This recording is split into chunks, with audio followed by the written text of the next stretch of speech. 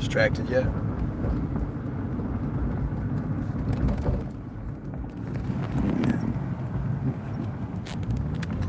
Amazing church. So yeah,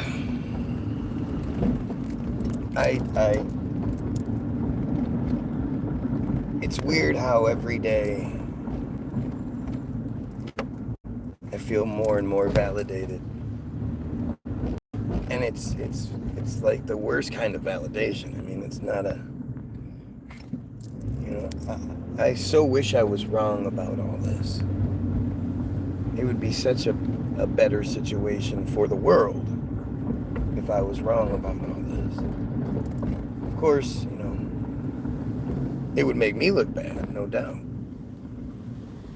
But at the very least, I would be, it would mean that, like, this shit isn't happening. Yesterday, I tried talking about Coney 2012. How interesting that whole thing was. And I need to actually finish that one up. Well, I think I did, actually. I did finish that one up. But, you have that same story we always get, where the guy who does the good thing suddenly loses it. And is, naked. And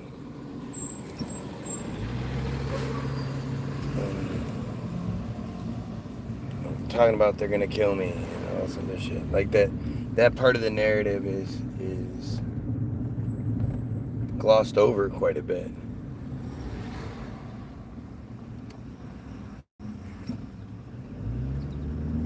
Which, again, shut the whole thing down. It's a version of what gets done on my feed where, the hero is made to look crazy. And by doing so, it makes people go, well, I don't know. If that guy's crazy and I support that guy, does that make me crazy? And, it's weird. Like, I always remember being a kid and like my grandparents, especially my grandparents, always worried about what the neighbors would think. You don't want the neighbors to think bad. And I remember just being like, well, we know nothing about those fucking people. Why would I care what these people think of me? I've always had a real hard time with that. I'm supposed to give a shit about what people think about me when, most of you are dumb. Most of you are wrong. I'm supposed to give a shit about what people who believe in Sky Daddy think of me? You're to me, you're full on stupid. And I just, what sense would that make? And it's the same thing, again, why would I give a shit about what a bunch of pedos have to say? I just think it's interesting how, and I'm waiting for this to happen, to proliferate a little more, but why aren't we talking about the fact that Trump supporters are probably pedos? Again, I just think this opens the door and it proves how it's all connected. I've been saying for years now, we need to kill pedos and stop the genocide and, end the J slavery of the people. And I guess on the surface, they're sort of separated. But now, like, I've been trying to warn you guys for a long time that especially on the internet, the pedos are so much worse than you think they are. That whole pedo situation is just, it really is like the worst nightmare kind of situation, and I just don't think people realize that. I don't think people understand just how many people out there look at child exploitation materials. And we tend to think of pedos as people who act on things, but that's not true. Like, you're a pedo if you buy, sell, trade, look at those videos and those pictures and shit that are available. And again, I'm trying to explain things so that it makes sense. Because just on the surface, you would think, like, what is the Trump supporter still holding on to? Right? What, at this point, I mean, even if you're the America First Trump supporter, he's clearly the Israeli, the Netanyahu puppet has Israel's best interest in mind.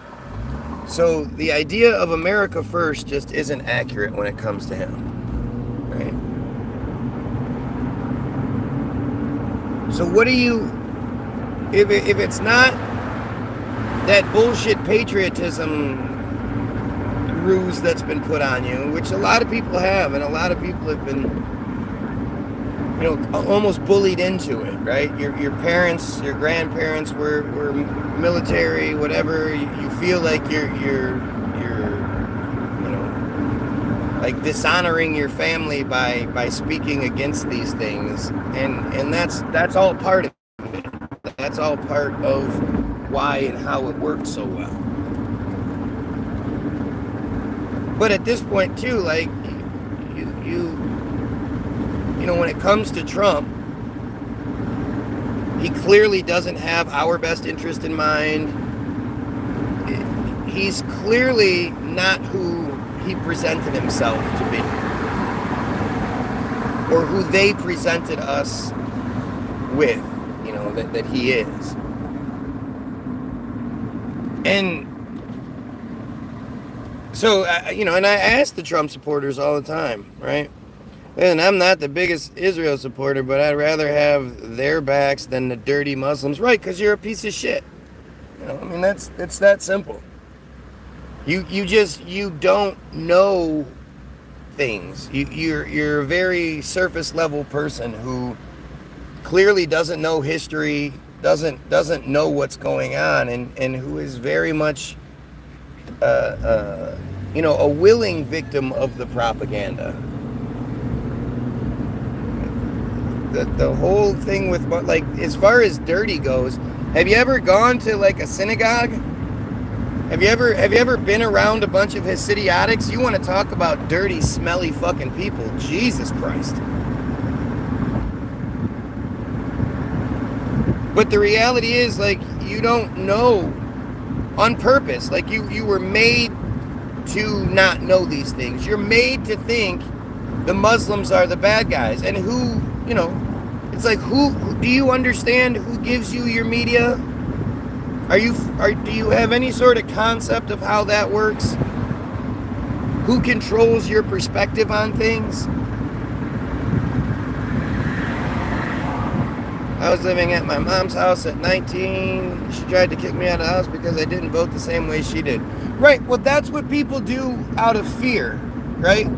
When somebody knows they aren't correct, like, when somebody knows they're correct, they'll engage with you.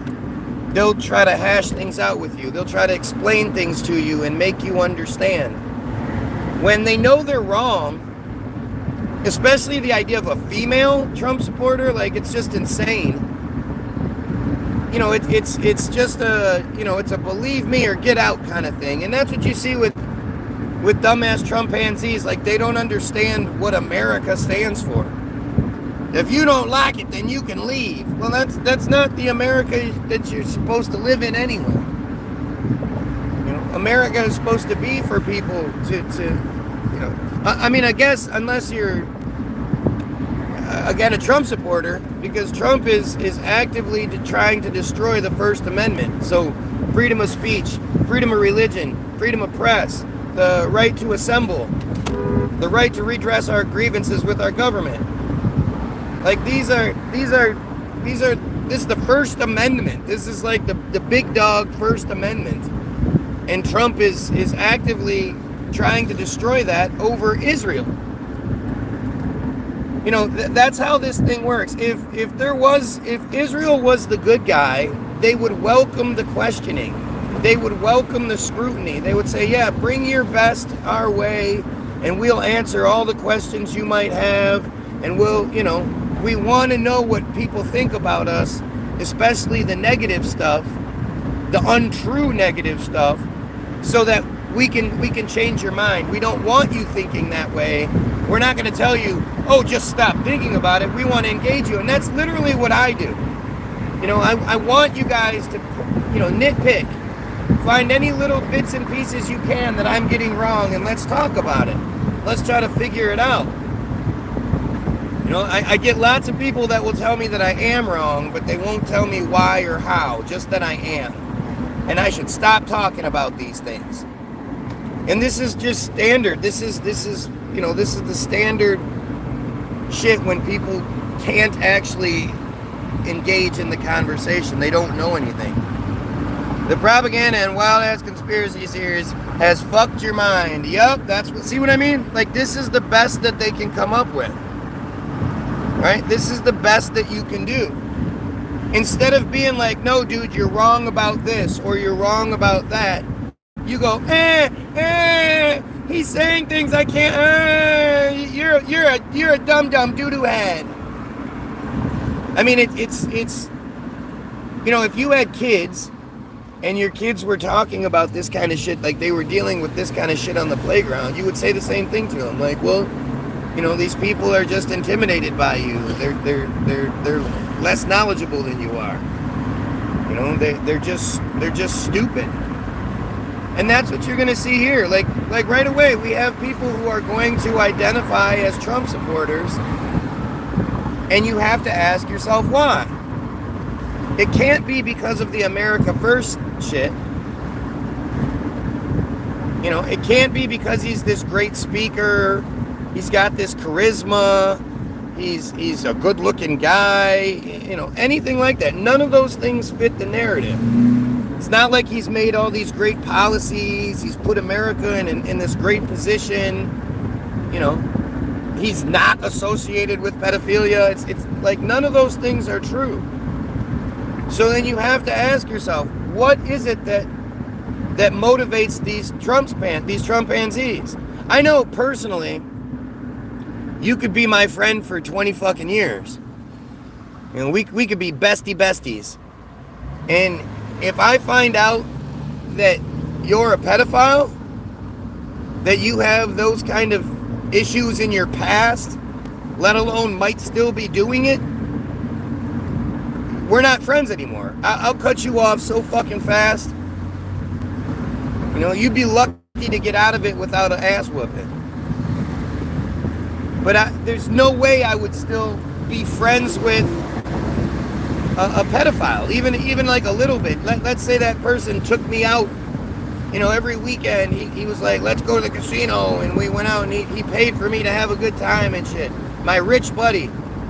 I find out you're a pedo, I'm doing everything I can to expose you. I'm calling the cops on you. I'm going to see what I can do to get you in jail. I don't have any sort of tolerance for it, even a little bit. I'm down to debate you, but I'll treat you the same as me. Might want to, rewind. What a dumbass. What a dumbass. With over 550 billion in new Japanese U.S. investment. Oh, yeah. Oh, that's what it is. Right? Because that shit's true. That's what's happening. And again, how would that over into the argument that I don't think people realize just how big the pedophile problem is. But once you have an understanding of it, it explains the Trump shit a lot better.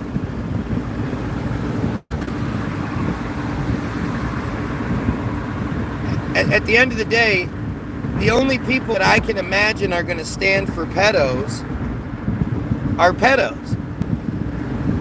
And most people don't want to acknowledge the fact that they're surrounded by people like that. And you'll see it on here all the time, right?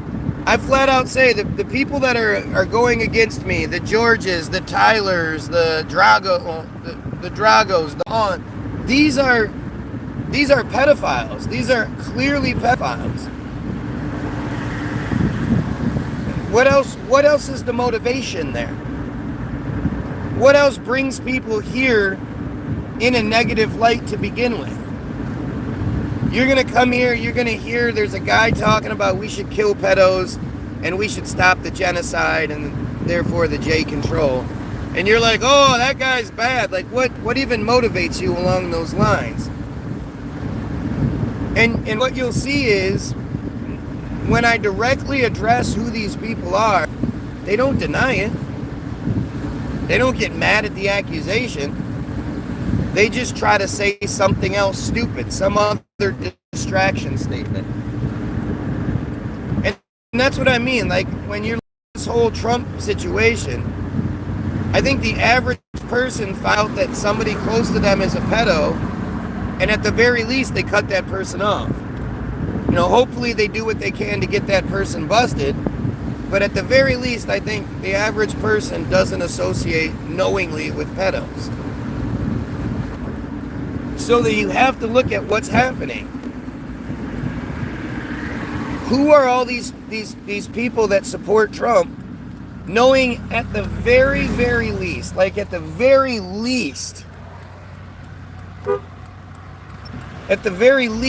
he's responsible for a cover-up, a pedo cover-up. That's the very fucking least. Like, it's when you associate his past and all the accusations and everything else that is associated with him, clearly he's guilty of much more than just a cover-up.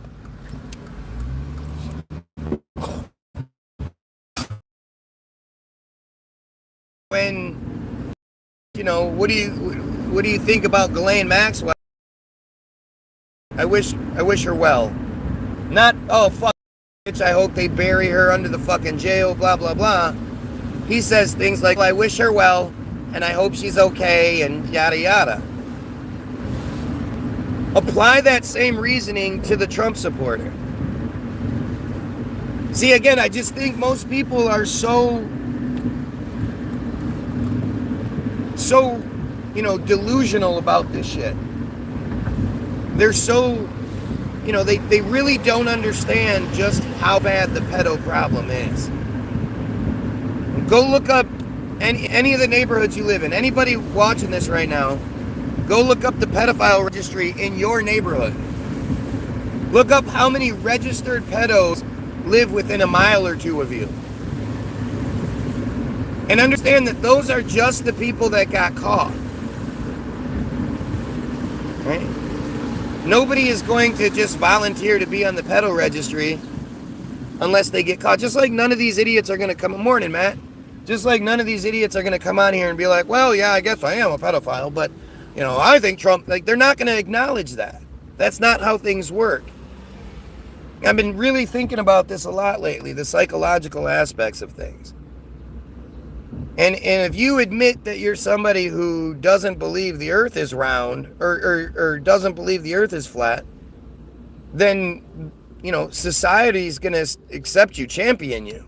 You can proudly go against the earth-shaped conspiracy, and you could do it out in the middle of nowhere, and you'd be surrounded by, you know, if you did this at like a gathering of some sort, and you started saying, the earth is round, all these flat earth people are crazy, there's going to be a lot of people that jump on board with you.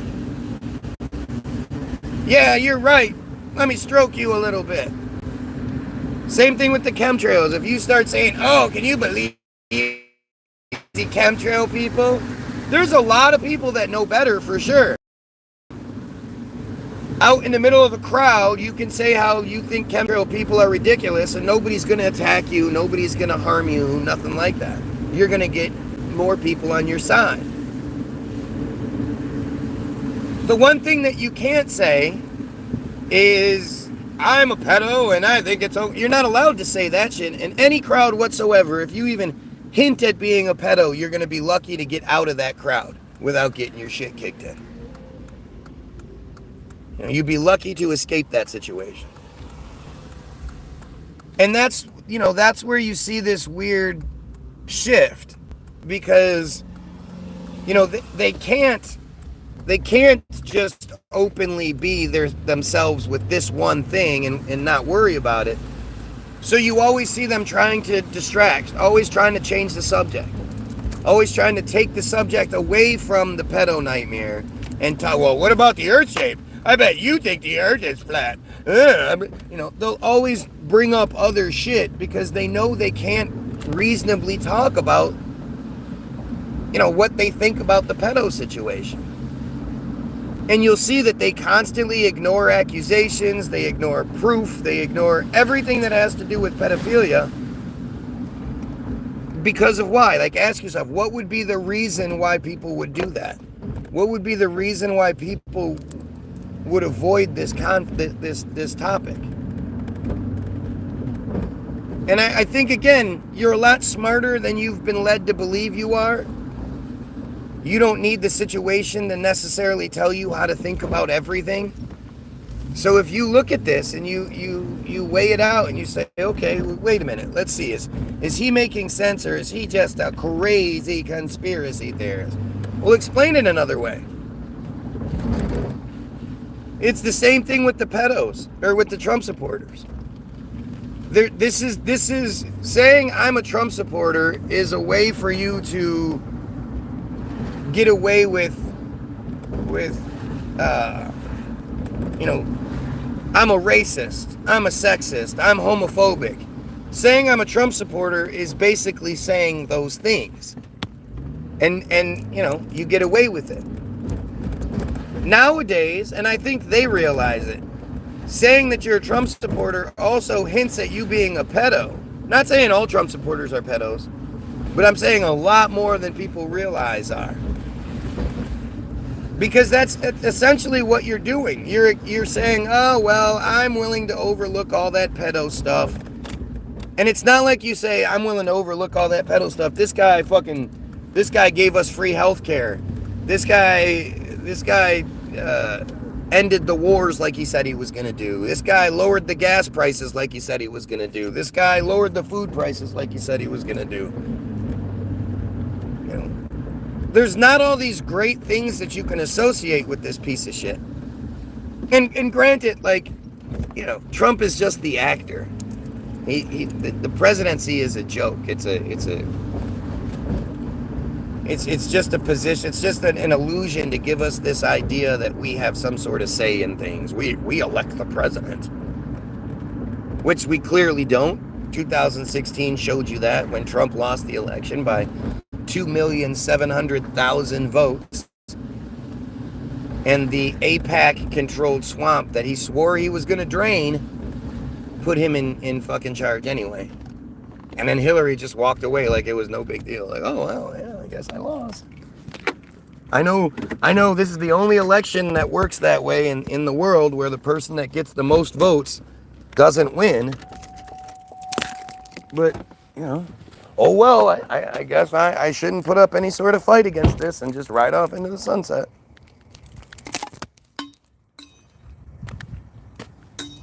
But I think people need to, like,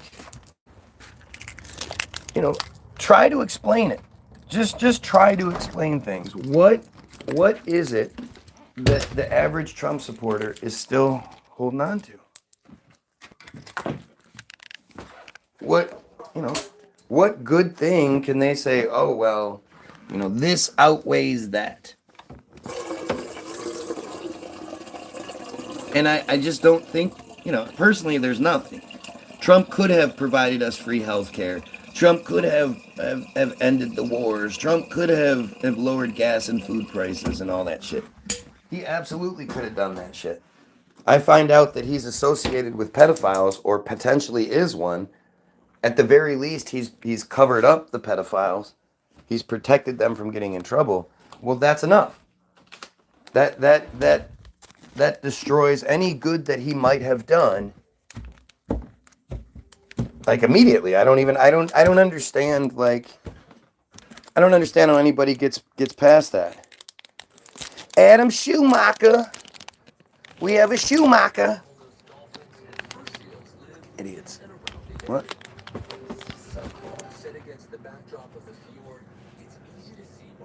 If I hurry up and I smoke them, then I'll go steal his. I don't know how you operate. No, I know. Not at all. Not even a little bit. What?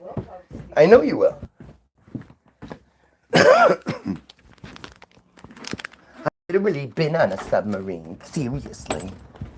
Now, see, again, this is that example of subject change, right?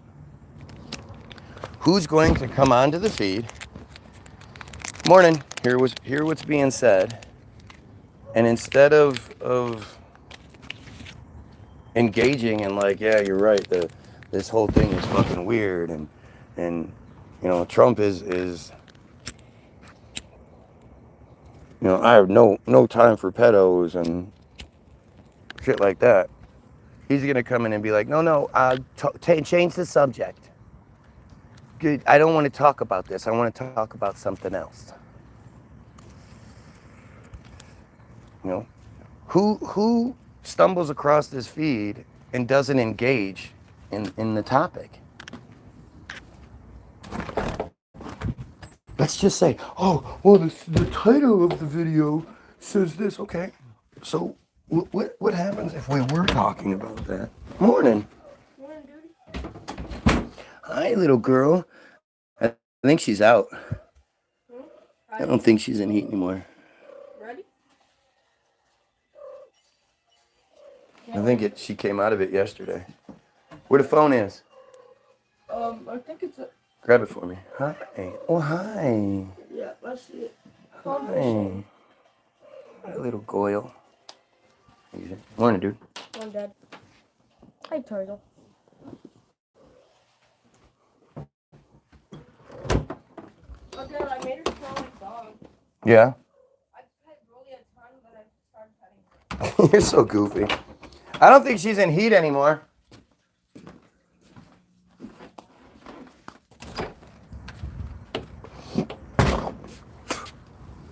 Morning, White Lightning.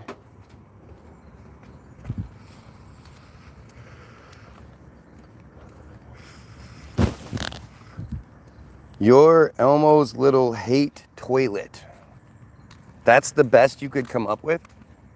Seriously? Like, you guys are so pathetic. And you literally walk into it. Like, you're so dumb that you don't even realize, like, I'm talking about you, and what I need is for people like you to provide the example for what I'm saying. So when I'm saying, you know, all these secret pedos are going to come in here and do everything they can to try to change the subject and not acknowledge things and blah, blah, blah. And then you come in and go, hey, let me change the subject and not acknowledge things. You're being the pedo that I'm talking about. Right? Like, it's so obvious. It's so obvious. And this is what I'm saying. I don't think people realize just how immense the pedo situation is. But when you apply it to the Trump thing, it actually fits. All those secret pedos out there, all the people that are secretly involved in exchanging child exploitation materials online, and, you know, all the people that are able to turn their back. Oh, I'm still a Christian. Yeah, I know the church keeps getting caught raping children, but my own personal salvation is what matters. I just don't think people are willing to accept the reality of things. And I've been an avid pedo hunter fan for a long time. You know, to catch a predator was revolutionary. And even back then, you know, you see just how prolific the problem is. You know, the first couple TCAPs, the police weren't even involved, and they ended up catching the same guy twice. He didn't give a shit that he got caught the day before, naked. He showed right back up. And all of those shows, they'll tell you that like as soon as they post the profile, even the profile like soliciting and being like, hey, I'm a 15-year-old who wants to have sex with guys, 14-year-old, whatever. It's not even that, like that. As soon as they post the profile, hey, I'm a 15-year-old girl, I'm a 14, I'm a 13-year-old girl, they are immediately hit up. It's there's not even a hesitation, and they're hit up by hundreds, if not thousands of other of grown adult male profiles trying to hook up with them. It's immediate. It's immediate. And so, like, you have to, again, this is going to require you not just being a watcher.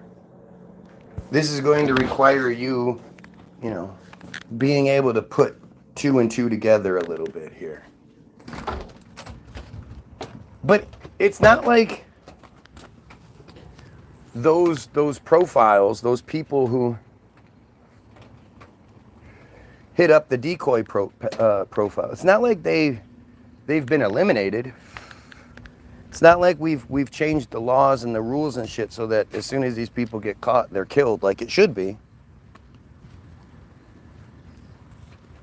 These people are everywhere, and they're allowed to exist. I mean, sure, some of them get caught, but the you know, the ones that have the compulsion to actually go to the decoy house, those are severe cases.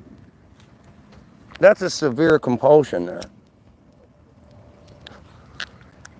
Most of the pedos are okay with just watching videos. You know, looking at horrible pictures, watching horrible videos.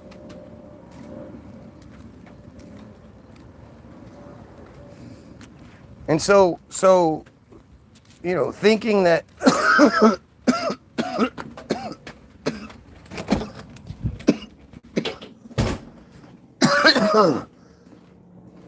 well, it's not that bad. It's not.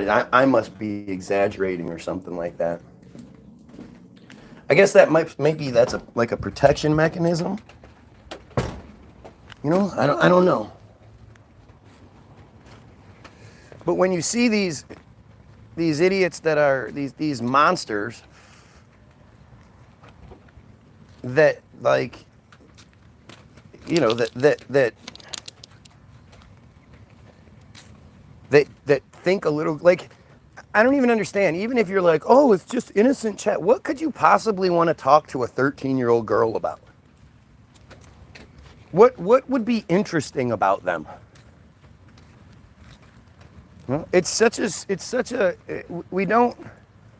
we really don't give it enough scrutiny. You know, there's literally no reason for someone to be having a chat with a 13, 14, 12, whatever year old girl. And the reality is too, like,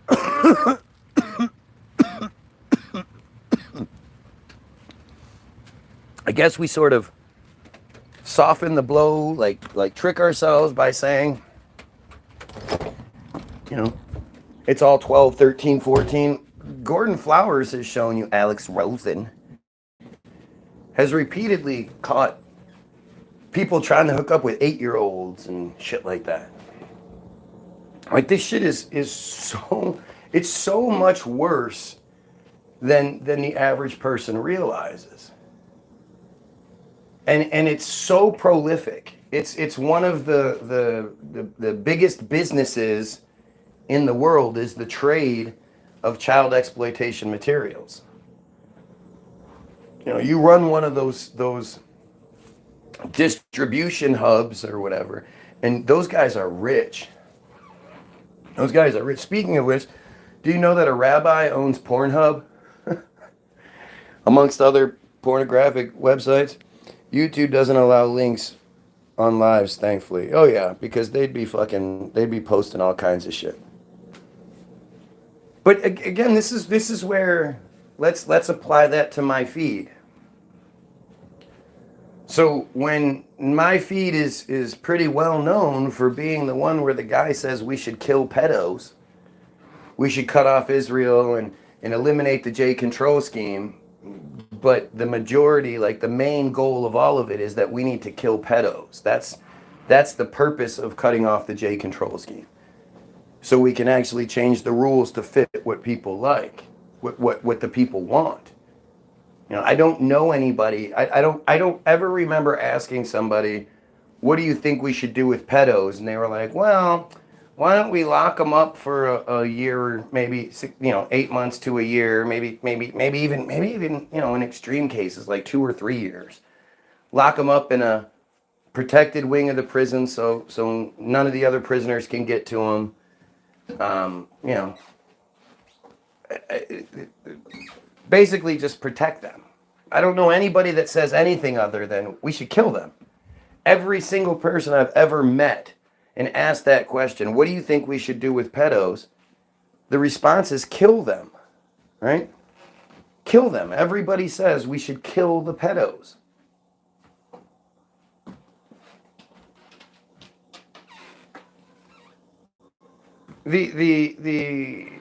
So when you know that is my main goal, my main purpose is to get us to the point where we kill pedos, and you have these profiles that come in here, these fake profiles, mind you, they're fake. These fake profiles that come in and attack. Oh, you're stupid. You're this. They don't actually address what's being said. They'll never tell you exactly why they're here to begin with. You can flat out ask them, okay, so you're seemingly talking shit. What is your reason for being here? What's your motivation? How did you even get here in the first place? How did you happen upon the feed of mine when everything against, everything I'm talking about, apparently you're against it. So how did you even get here? And what's your motivation? Why are you here? They never have anything intelligent to say.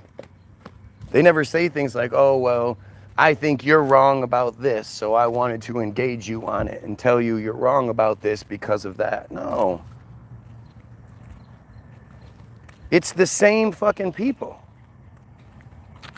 It's these same piece of shit, like these people that are used to working in the shadows and fake profiles and fake IP addresses and all that shit so they can buy and sell and trade their child exploitation materials. If I ask most regular people, hey, how do you make a fake YouTube page? Because isn't the YouTube page connected to your IP address? So then you would need to make a fake IP address and all that. Like most people don't even know that. You got to sign up for YouTube and then you put in your email. And then they send you on and it goes. But if you try to have multiple accounts attached to the same email address, they won't let you do it. So there's a large portion of the population that would have no idea how to even begin to make a fake profile, let alone make a fake profile so that 8 a.m. to whenever, because they're going to stick around the whole time, every single day that they're going to come to a feed that says we should kill pedos, and this is the one that they're going to focus on and try to disrupt and try to do everything but support. Right? It requires you to, rub those brain cells together. But ask yourself, who in their right fucking mind obsesses over me like this? Because, again, I guess I'm wrong. I mean, I don't even know. I can't imagine what it is that would motivate someone other than supporting me, right? If you supported the idea that we should kill pedos and all that, then yeah, I could see you hanging out here, and it's refreshing to have somebody saying the right things. I get that. But on the other side, the only way I can reconcile it, the only way I can make it make sense in my head that anybody would oppose me is that they represent the things that I oppose.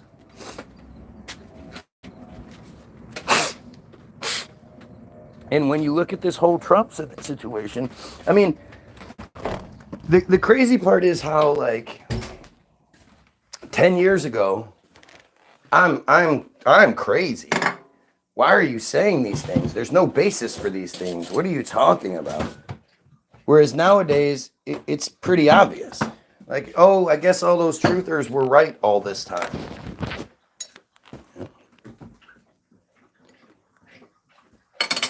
But, it's... And what is going to motivate these people?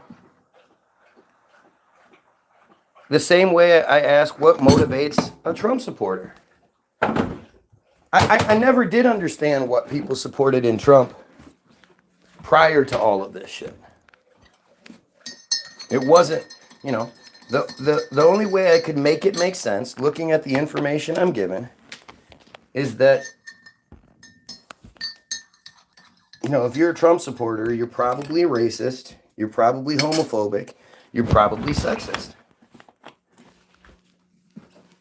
And nobody, there was never any argument to the contrary. There would be like denials. Okay, so what is it that you support about Trump? And you ask the same question over and over again, and you get the same avoidance over and over again. They just avoided it. They never bothered to answer. And I always thought it was strange. Like, you ask me why I hate Israel, and I'm going to give you a laundry list of things. I'm proud of my hatred of that cult. I'm not going to avoid it. I'm not going to hide from it. I'm going to answer your questions directly. Why do I feel this way? Because of this. And this, and this, and this, and this. But that's not what happens with the Trump pansies.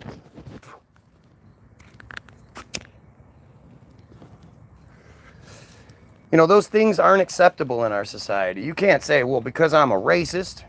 I mean, you could, and you would still, you wouldn't get universal condemnation. If you say I'm a racist, if you say I'm homophobic, if you say I'm sexist, there's going to be a portion of the population that doesn't like you, but then there'll be another portion that will prop you up because, they don't have the balls to say those things, and they're like, you said it, and I support what you're saying. I don't want to say it myself.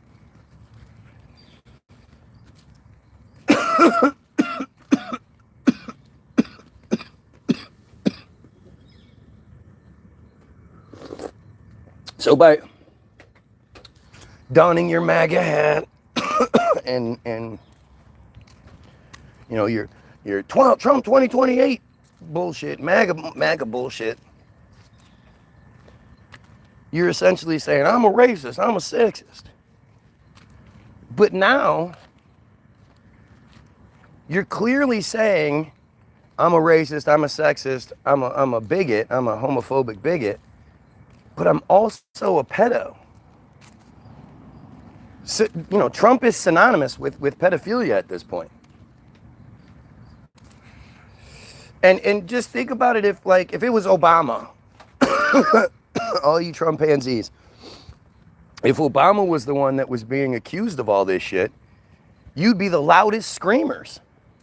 He's guilty, he's guilty, he's guilty. That's why he's acting so stereotypically suspicious. That's why he's acting in the prototype way of how you shouldn't act if you're one of these people. There's that thing that clip that came out where Epstein is being interviewed.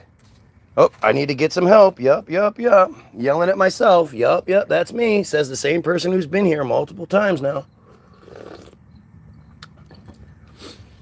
Acknowledging that they're probably a pedophile. I don't know how else you put those things together. But that newest video that emerged, it's been around for a long time, where Epstein is being deposed.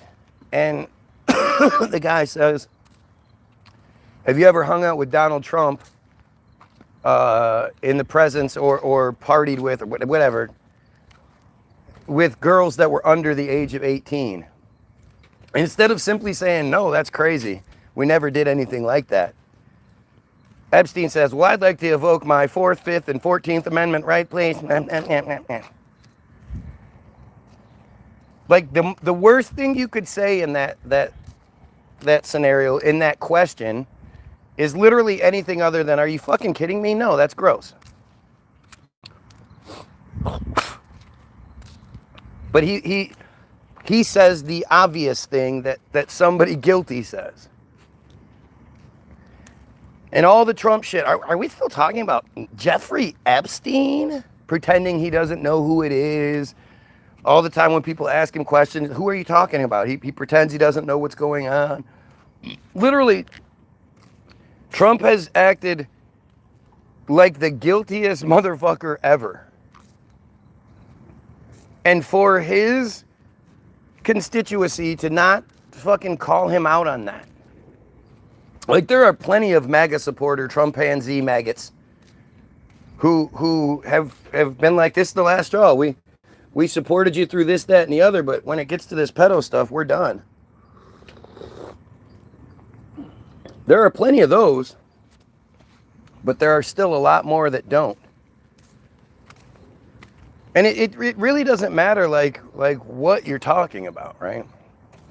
Any large crowd of people, there's going to be, you know, if there's 1,000 people there, there's going to be a few hundred at the very least who have a search history that they wouldn't want you to see, who have some child exploitation materials in their phone or links or whatever.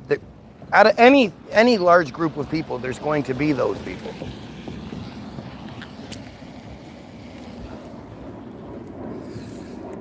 So to assume that, you know, you can't just say that about Trumpanzees, that they're just pedos like that. Well, no, I can't say that about all of them. But at this point, if you're willing to overlook all of the pedo connection stuff, I would assume you have a really good reason. You know, it would take a pretty spectacular reason for me to overlook shit like that. And maybe I'm just making a mistake here thinking that, you know, most people feel that same way, that like pedophilia is unexcusable in any situation. It's just, there is no right situation. I've used the example in the past, like if I'm on a plane and it crashes, and when we crashed, all the people in the world have been killed. There's been some sort of Twilight Zone bullshit that's happened, and I'm on the plane, and the only ones that survived is like a troop full of, you know, middle school girls. I don't know how I would be able to even perform. Like they don't excite me in any sort of way. There's no way, not to even repopulate. I would be like, you guys got to wait a couple of years. You look like kids. I can't do it. Sorry. And I'm a lot younger than Trump.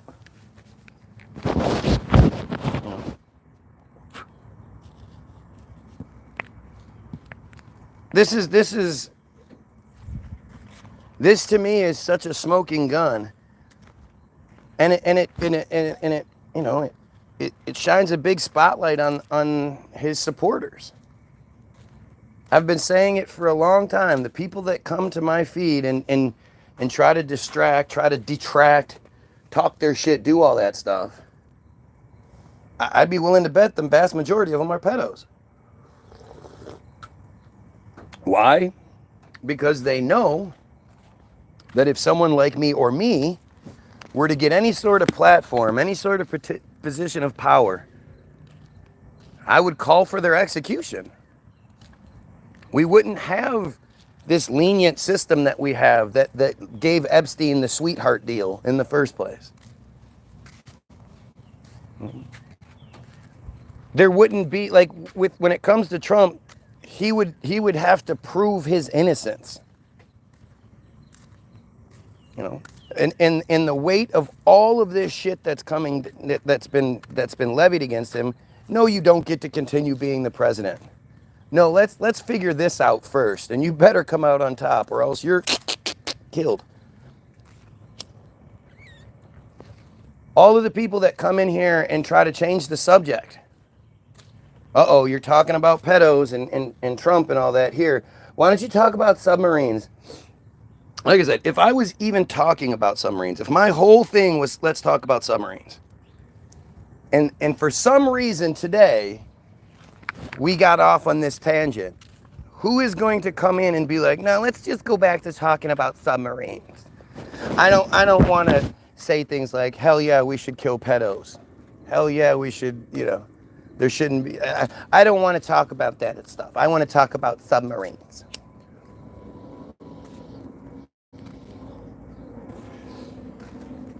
The fact that this conversation is clearly about what it's about, and these people are still trying to change the subject, says a lot about them. Trump is friends with Rofredo, Vatican black nobility, who is the owner of the Gambino Syndicate and Philly mob, which built and run Atlantic City, where Trump has owned casinos. Well, there's the whole Trump casino thing. Like, there was this documentary that was made around the time of the first election, but it couldn't be shown because if you, that whole thing where they have to have equal time. So if you were to show this video, then Trump would have to get equal time and bullshit. But right after he lost the first election, well, the second election he lost, because people forget that he ran back in the early 2000s too. But this video came out talking about the whole casino situation. And they talked about how, like, he basically came in, paid himself like $40 million, and then bailed and then bankrupted everything. And just fucked a whole bunch of people's lives up. And then this is the video where they were talking about how, people buy the Trump name, but they don't let him run their businesses because he's a terrible businessman.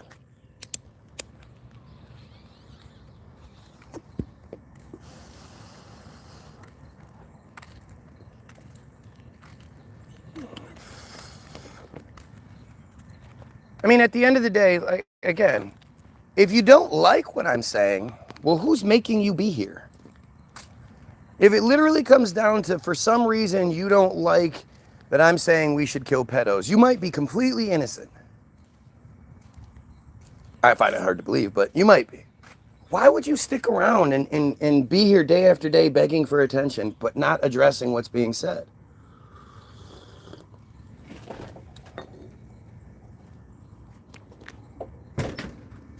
It's time we start calling this shit out for what it is. When there's a thief, you call them a fucking thief. We need to stop beating around the bush here. If you support Trump, then you support pedophilia. It's that simple. And if you support pedophilia, well, you're probably a pedophile.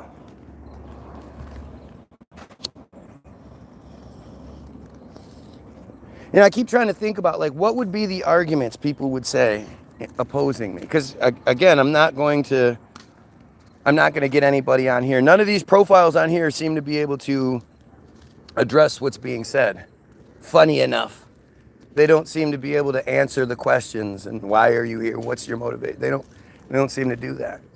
So it leaves you, it leaves you with you have to figure it out. You have to ask these questions, and that's what I continue to do over and over again. And I'm doing it in my head as I'm speaking, and I'm thinking, like, people are going to say things like, well, you can't just make assumptions about people. But, like, are you willing to believe that in any large group of people, there's not going to be hundreds, a percentage of that, a decent percentage of that, probably a much larger than you realize percentage of those people that are going to be pedos in some way? Do you really think that's the case? I mean, the ignorance is fostered by the society that doesn't really push it. To Catch a Predator was taken down, takedown. because they caught a representative, a senator, a congress, whatever it is, one of those, a high-ranking representative, they got caught up in the sting and then killed himself before the police could get to him. As they were there filming, the gunshot was heard in the background, and they were like, oh yeah, he killed himself. You know, like innocent people do, right?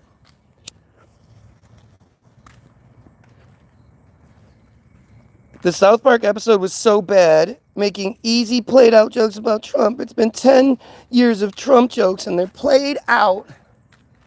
So think about it. Who do you think the person is behind that profile?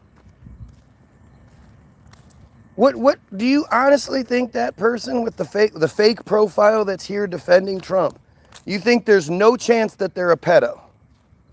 Even though they don't even deny being a pedo, but they keep like, what are you thinking here? You know? It's rage bait. It's rage bait. Who is that another one of those Trumpisms? Is he the one that fucking came up with that like he came up with deep state?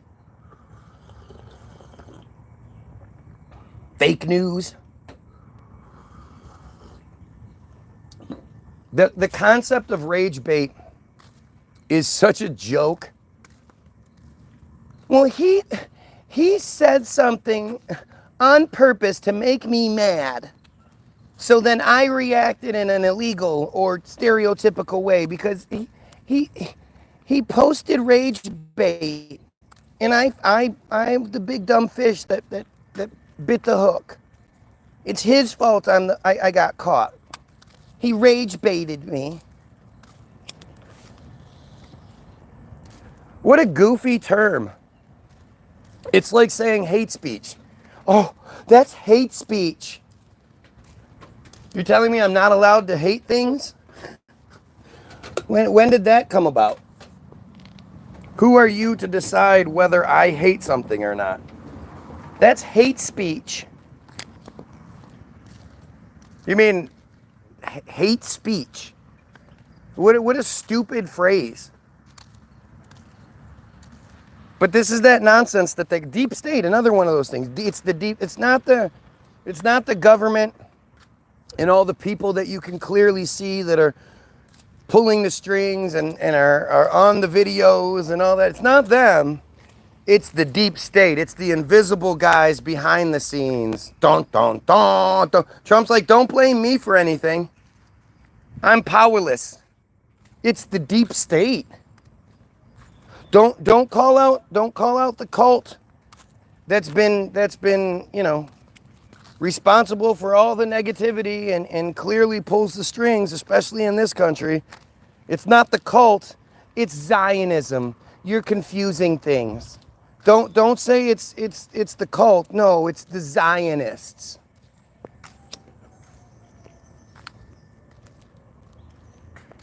This is what they love to do to us.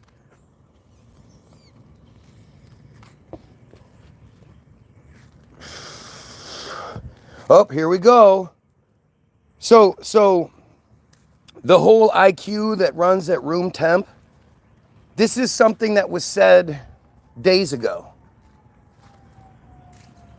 This is one of those talking points that's given. We're really to believe that yet another random person hears me talking about how we should kill pedos and thinks that my IQ runs at room temp? You know, I get sick of doing this, but I often forget, like, you know, there are people that haven't seen it, so we have to belch. We have to be diligent in our mission here.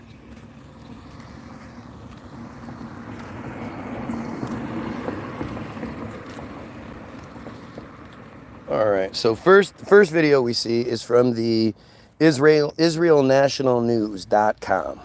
Okay. Moetzet Yesh, in conjunction with My Israel, has arranged instruction day for wiki editors. The goal of the day is to teach people how to edit in Wikipedia. which is the number one source of information today in the world. As a way of example, if someone searches the Gaza flotilla, we want to be there. We want to be the guys who influence what is written there, how it's written, and to ensure that it's balanced and Zionist in nature. I came here to Okay, learn. so some of you are saying, well, who's that guy? What does that have to do with anything? That's at the time in 2010 when that video was made. He's a future Israeli prime minister. Currently, he's a former Israeli prime minister. At the time, he was an Israeli agent. And what he's saying is Wikipedia is already the number one source of information in the world at the time. And apparently they got to that position and didn't know how to edit their page. So Israel had to have an instruction day, had to go to the resource or go to the home base and have an instruction day for the editors of Wikipedia to teach them how to edit so that Israel influences what people read, how it's written, and what it says, so that it has a Zionist perspective. So it's Zionist in nature. As far as smoking guns go, like this is as obvious as it gets. It shows you that Wikipedia may not be 100% true, but it's the truth that Israel wants you to know.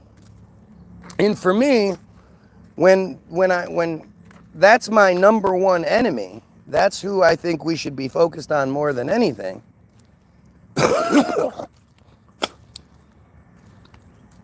To then use their source, their number one source of information against them, well, that seems like the only logical way to do things. It's not like this is AlexJones.com. This is the source that is widely considered, is officially considered the number one source of information in the world. So, when we then pull up Wikipedia, because we're talking about what's happening on my feed right now, right? And we look at something like Team Jorge, which we can pull up the Wikipedia page, Team Jorge, Wikipedia. Team Jorge is the name given to an outfit of Israeli contractors specialized in the use of malign cyber activities, including hacking, sabotage, and bot, farm-run, social media disinformation campaigns to manipulate the outcomes of elections. So if they can manipulate an election, they can probably fuck with my YouTube feed. He's walling around Uri yard at 9 a.m. hitting the bong, trying to act lime he knows anything other than living off the govit. Man, you are super smart. We should be more like you. The group was exposed in February 2023.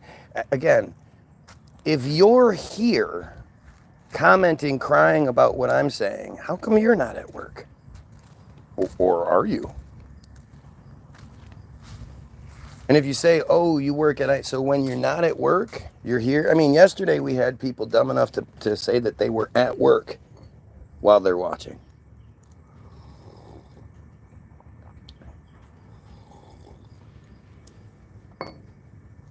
But this is, when you're the best and your opposition can't do anything about it, this is what they do. Group was exposed in February 20 after an award-winning operation by, and again, February 2023. 2023 was a really big year for Israel.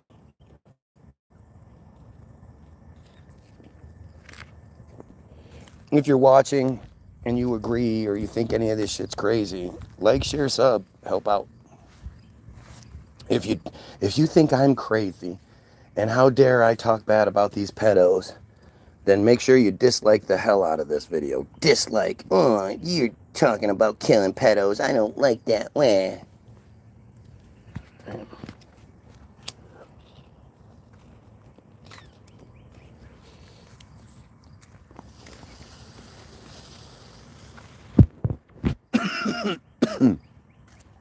Well, at least we know you've been watching for a long time there, Bilbo.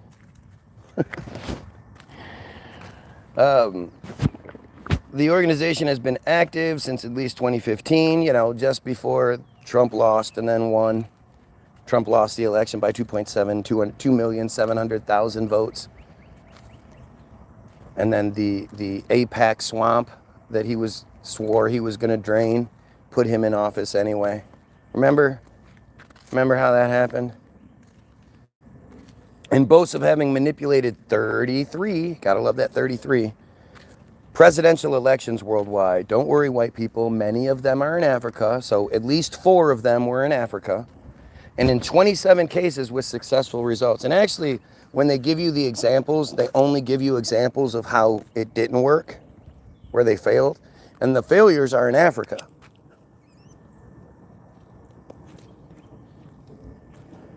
So if out of 33 attempts, they only failed 6 times.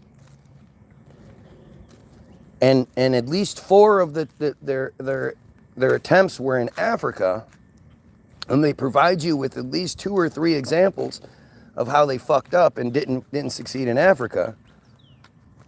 It's extremely likely that those other 30 or 21, 29 attempts could have been in the United States, could have been in the UK, could have been anywhere where you think you're safe.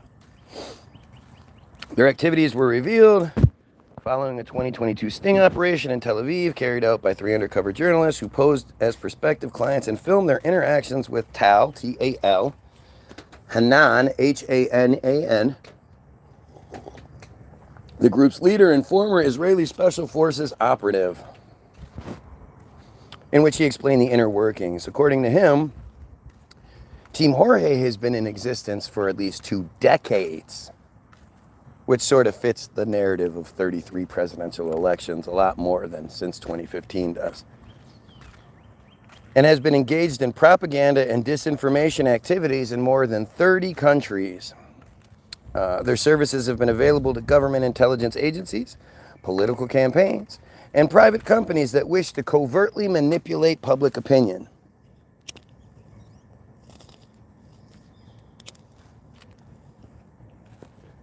Understand that that again, this isn't like some secret fucking diary that I'm reading that I happen to find because I have a dark web connection and I'm some super sleuth. This is literally what Wikipedia tells you.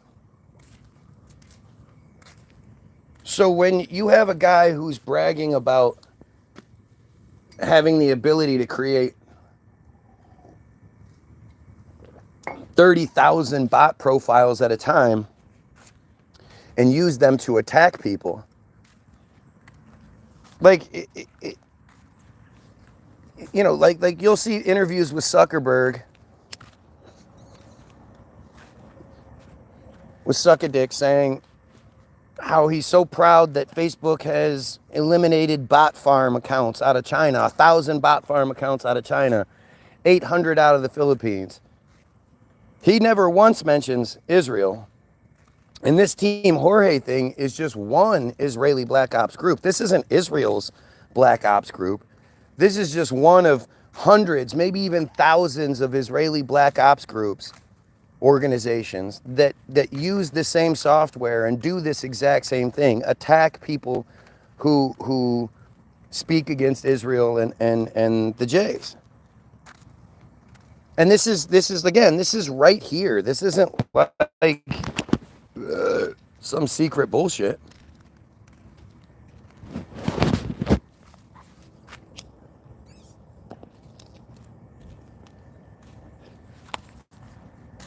Like I'm if I know about it, it's pretty commonplace information. I'm not some hacker. I'm not skilled in that department.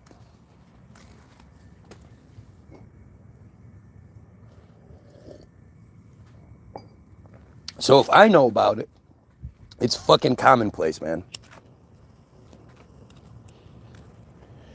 It's easy to find information. And so you then have to, again, ask yourself, like, if it's this obvious, if it's so obvious that it's bragged about, why isn't there any sort of consequences or accountability or anything for this? This is if this was North Korea, a Korean representative or a China representative or a Russian representative or something like that, saying, you know, yeah, we have all these bot profiles that we use to attack people that speak out against us. And like, there would be this huge outcry. All of these same people who are Trump supporters, all of these same pedos who are, you know, telling me I need to stop talking about this shit, they'd be the first ones to cry about North Korea is using bot farms to attack us. They admit it, they acknowledge it. Here's the page. Do something about it.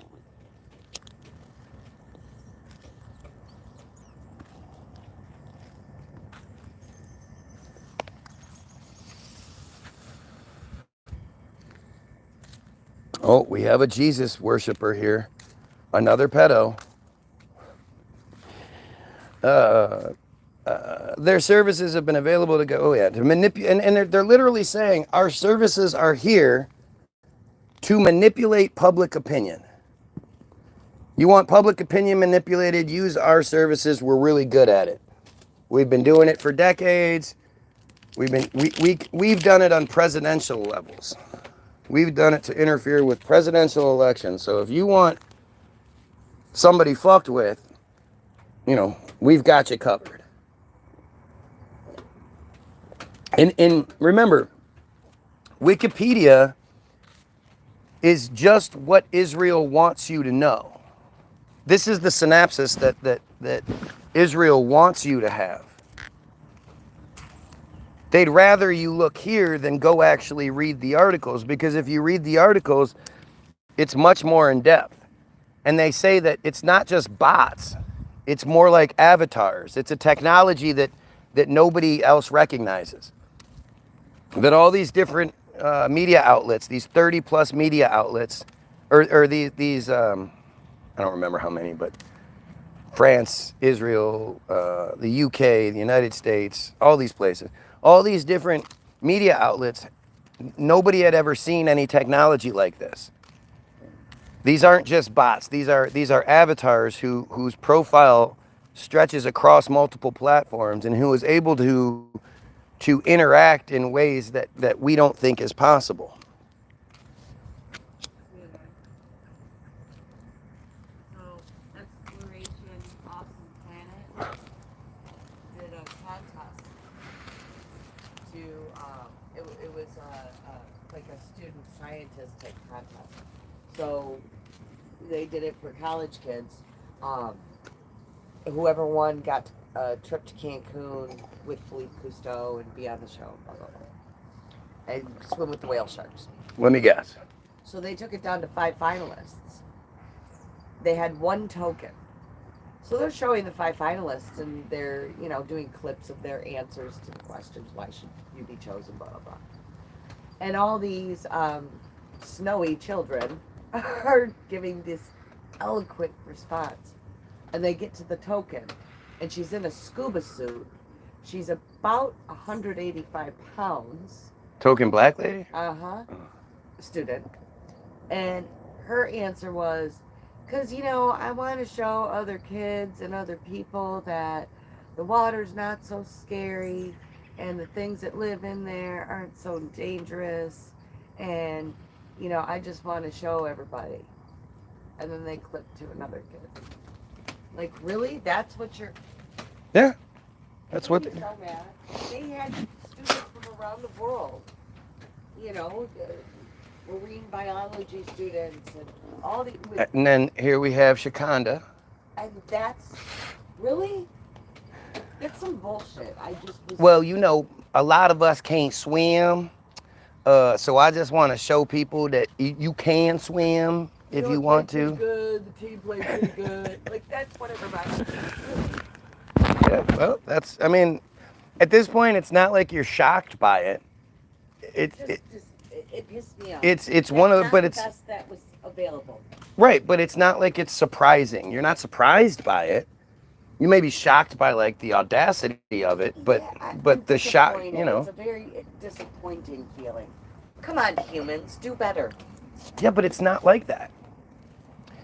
You know, it's not come on humans, do better. It's stop purposefully doing this, you piece of shit, Right. Jays. Well, but you have to, we're all so well programmed that we don't acknowledge what it actually is. We bitch about it, but then when we go, okay, well, how do we fix it? Well, we fix it by acknowledging where the problem comes from. Okay, so what's the problem? Yeah, don't talk about that. She didn't end up winning. No shit. Did a Bergstein win? I don't know.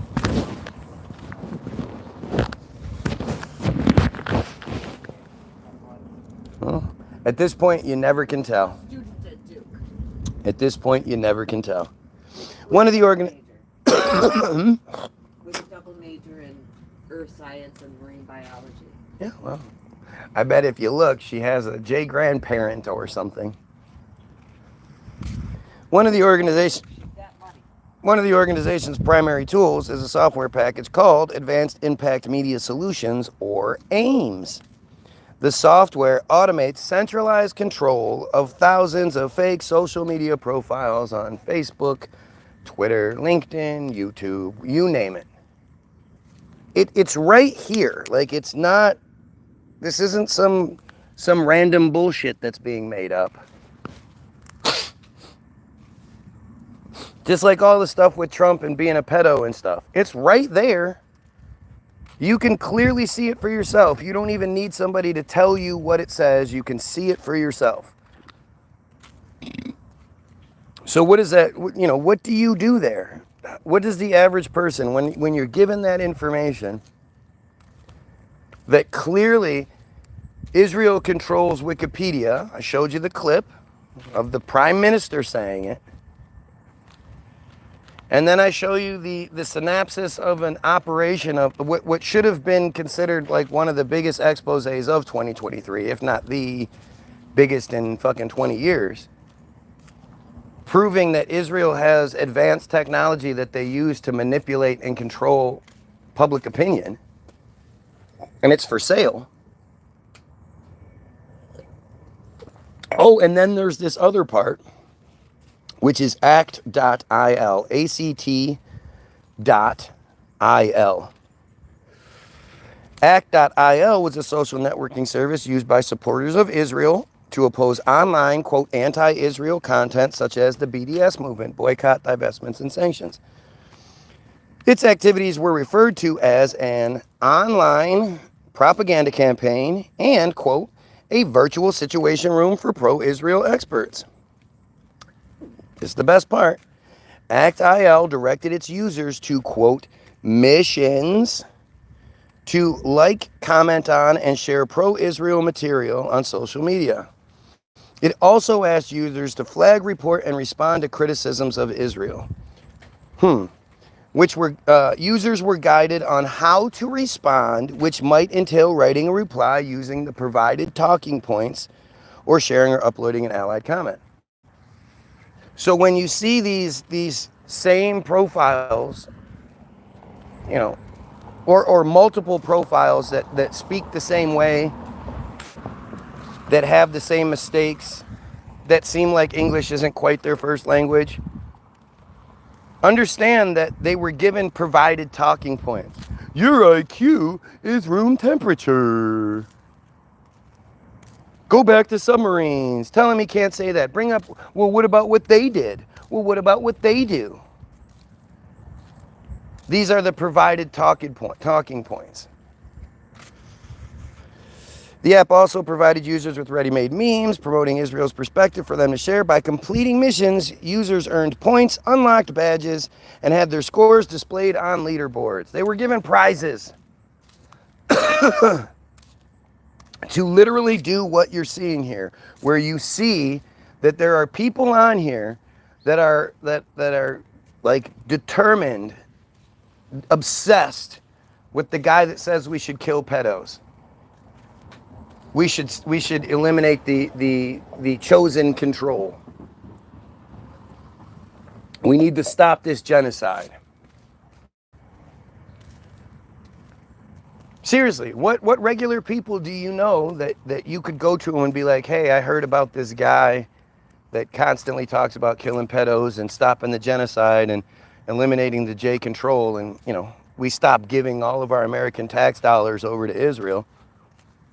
What person do you know that's going to be like, oh, fuck yeah, let's make a fake profile so we can watch that page and then try to do everything we can to distract or detract from what he's saying? Who's gonna who's gonna do that? What person do you know is going to say that or engage in that sort of activity? Here, let's make profiles and we'll just keep coming back for hours, day after day after day. And then if he blocks us, we'll make another profile. Because we need to stop that guy that thinks we should kill pedophiles. Who the fuck lives in that world? I follow Jesus by faith. Of course you do. You can't follow Jesus on evidence. You can't follow Jesus based on intelligence. It's 100% faith-based because it's fake. It's fake. That's why you have to have faith. I didn't vote for Trump, and neither do I have the intention to get into politics because all of those things are going to never exist one day, as many empires already did. What kind of dumbass, seriously? This is one of them was like, you know what, this will be a good one. Here, let's try to say this. Well, I don't focus on this because in the past, things happened and things have changed. So, never mind the control scheme that's existing right now. Fuck that. In hundreds of years, there won't be a Trump anymore. So let's not talk about it. It's just so stupid. It's so fucking stupid. And this is where it brings us back around. Who is going to do that? Just like, who is going to continue to be a Trump supporter? Once all this pedo stuff has come out, how do you still support this man? What motivates you? What influences you? I can't possibly understand it. I'm trying. The only way I can make sense of not just Trumpanzees, but like the people that put in the effort that these people do, especially on my page, is fear. They fear me. They fear someone like me getting in a position of power or even just a platform where I can be heard and demanding that we kill these fucking people. Kill them all.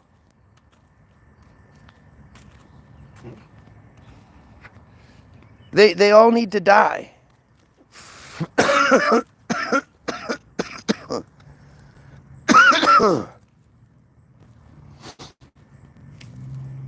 Otherwise, nothing else makes sense. I just can't imagine. I can't imagine what would motivate people to set their alarm every day so they can come here and play the role. I need people to come in here and make stupid comments to prove what I'm saying. I need people to come in here and obsess over me, but not acknowledge anything I'm saying, or at least not acknowledge the points being made, and instead continue to try to change the subject. Continue to show exactly who I'm talking about. Where are all the Trumpanzees? How come none of them have come on here and said, dude, even though he's associated at the very least with a cover-up for the pedophiles, he's done this and this and this, and he's good because of that, and where are those people? Same thing with Israel. Where are all the people that are going to come in here and tell me all the good stuff Israel does? Tell me why I shouldn't hate that cult and work towards its it's obliteration. You know, I think we need to eliminate it. So where's the real opposition? I mean, I can't even imagine what you would say, right? You actually calling Israel a cult, the fuck? Yes. Well, Israel isn't. Israel is just an invisible house. It's just an idea that they tell us exists. But Israel isn't anything. There is no such thing as an Israel. It's not a person. It's not a sentient being. But the cult behind Israel, yes, that is the number one issue facing society. Now, see how I addressed what you said? Now you do it back and tell me how I'm wrong. No one is going to be... See, again, so I love how people say things like, no one is going to engage you in a debate because you aren't mentally stable. It's a waste of time. So what you'll do instead is come to the feed and watch for hours on end talking all the shit you can. Like, I love this excuse, right? Excuse that, oh, well, I have given you answers in the past. Or instead of just reiterating those answers that apparently you've given, you're gonna hide behind that you have given them. Or if we do give you answers, you'll just deny it. It doesn't matter because you'll deny it. Well, I deny just about everything you say. So that doesn't seem to stop you from saying a bunch of dumb shit. But acknowledging the reason why you're here, explaining what motivates you, that's where it goes off the limits. That's where it's out of bounds. You'll say anything but that. And you'll say anything but that because I'll just deny that. Or some other bullshit. Oh, now we have the schizophrenia comment. The provided talking point. One, like schizophrenia is a joke. And two, like I'm sitting here talking to the multiple personalities I have. To the voices in my head. But again, this is what they're capable of. This is all they have. What argument is a pedophile going to make? What argument is a piece of shit Jay going to make that's going to make all this shit sound good?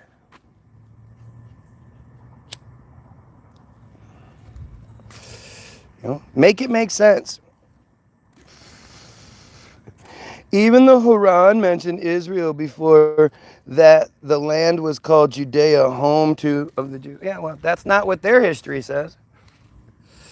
It doesn't line up, both of those. But regardless, who cares what the Quran says? The Quran, along with the Bible, these are considered, along with Judaism, are considered the three Abrahamic religions. Meaning they all come from the same source. And that source being Abraham, well, again, it's like, it's interesting how many Christians don't seemingly know not only their Bible, but the history behind their belief structure. They just believe it because mommy and daddy told them to.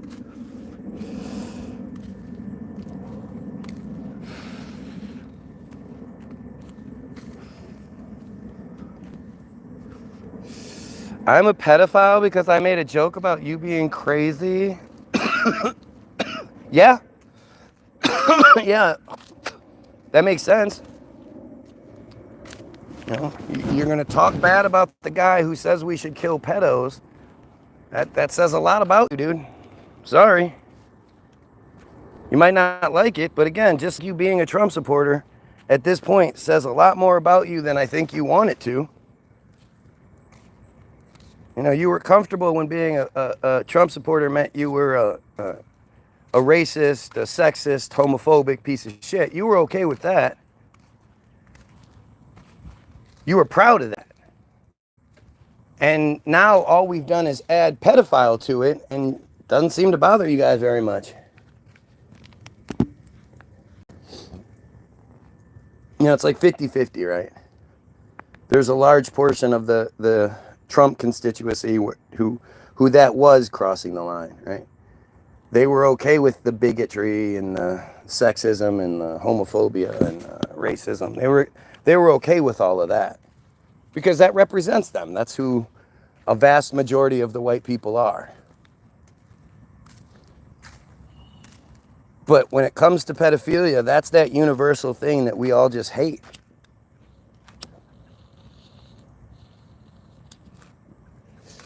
And when it comes to protecting children, we put down the sword. Unless, of course, we're Israeli. The Israelis seem to really like killing children. And they talk about it all the time. There's plenty of videos where you see them talking about killing children. Why it's a necessity. You don't want Simba growing up to be the big bad boy and coming back at you, do you, Scar?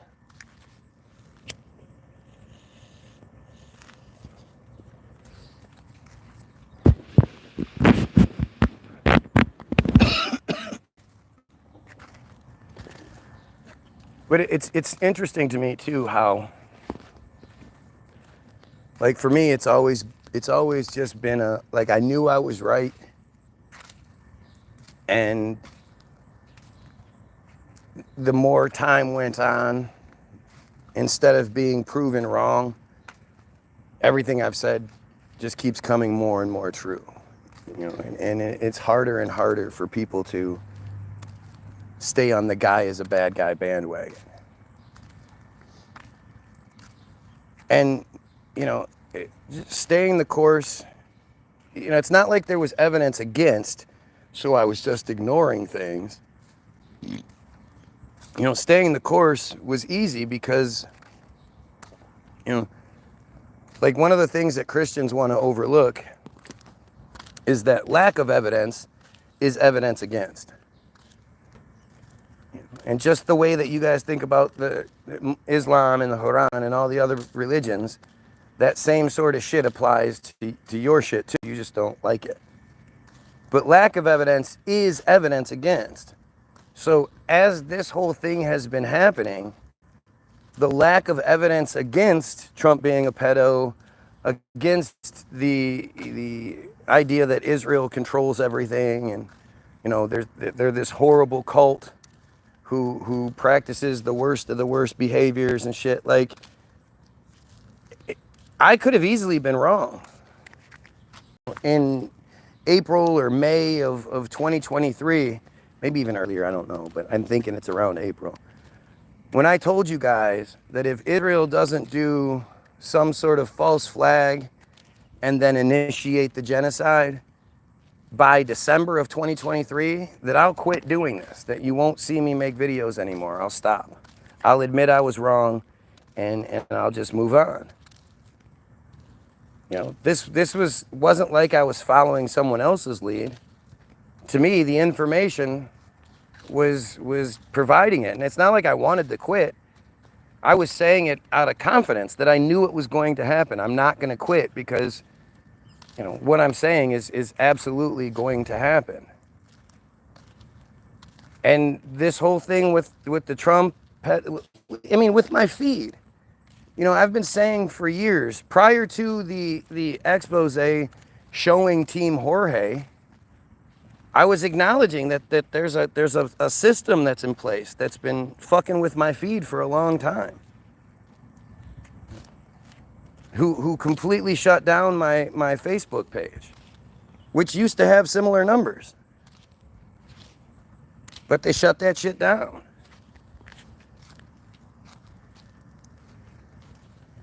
And I was saying I was describing Team Jorge before Team Jorge was exposed.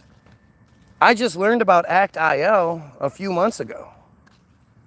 But I knew that they had programs like that available where they were given prizes and shit. Where Team Jorge stops, act.il begins. Where the bots, the avatar profiles stop, you then have the people that they have free housing free food, free everything, free lives, free healthcare. They're bored. And they like sitting around fucking with people. They hate goyim, so they fucking with goyim is fun for them. So to turn it into like a video game, that's something that I've been saying for years. Didn't have any evidence to necessarily back it up. Always little articles that would come out where, you know, pro-Israel supporters would say, you know, Facebook is shadow banning people who support Israel and saying things like that. And then it's like, oh, I thought you said shadow banning wasn't a thing. So now you're acknowledging that shadow banning exists? You're acknowledging the interference on that level now, but only when it fosters your narrative? And there's literally nothing to back it up. It's just them sort of leaking little bits out, or, I mean, again, I think they're stupid. I don't think they control the world because they're smarter than everybody. I think it's because they're more ruthless. They're the type of people that can watch a population starve, children starving, you know, and they think it's funny. They can rape. They can do a gender reveal by blowing up a building. You know, the video where the soldiers held shields up to protect, to block people from being able to see it, and they raped a man behind the shields. It was all supposedly hidden, but there was a camera way up high that could see down from across the way, but you could see kind of what was happening. And they were found guilty of it. But then the people stormed the facility demanding them their release, and they got released for it. You know, when people want to say it's the Zionists, it's Israel, no, it's the people. The people put Netanyahu, Bezalel Smotrich, Itmar Ben-Gvir, Avi Moaz, the most openly supremacist coalition ever to run Israel. It was openly talked about. The coalition that ran under the platform that they were going to take back the Gaza Strip. This is not like, you know, I didn't make the prediction based on nothing. They said they were going to fucking do it. I don't even understand why this is this is anything shocking to anyone. They bragged that this is exactly what they were going to do. And they couldn't just do it because people would have gotten mad at them. The Goyim might not have been as willing servants if they would have just openly done it. So instead, they manufacture some fake-ass narrative for October 7th where no Israelis died and no Israelis were taken hostage. But they manufacture this fake narrative, and they've been milking it ever since. Yeah, we've killed, you know, they keep saying it's like 58,000 people. It's been 58,000 for well over a year. And we know that they're constantly killing people. I mean, they're dropping bombs and taking out buildings and hitting civilian centers and shit like that. What do you think? Nobody's in those things? You know, the 58,000 is only the ones that were accounted for. But to think that it hasn't, even the official number hasn't gone up but a few thousand in the last year, it's just such an insult.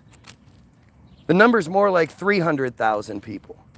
But even if it was just 58,000, 59,000 people, to claim that you've killed 59,000 people and displaced 2 million plus because of an attack, a supposed attack that killed, according to the system, 1,139 people killed in Israel. Not Israelis killed, people in Israel were killed.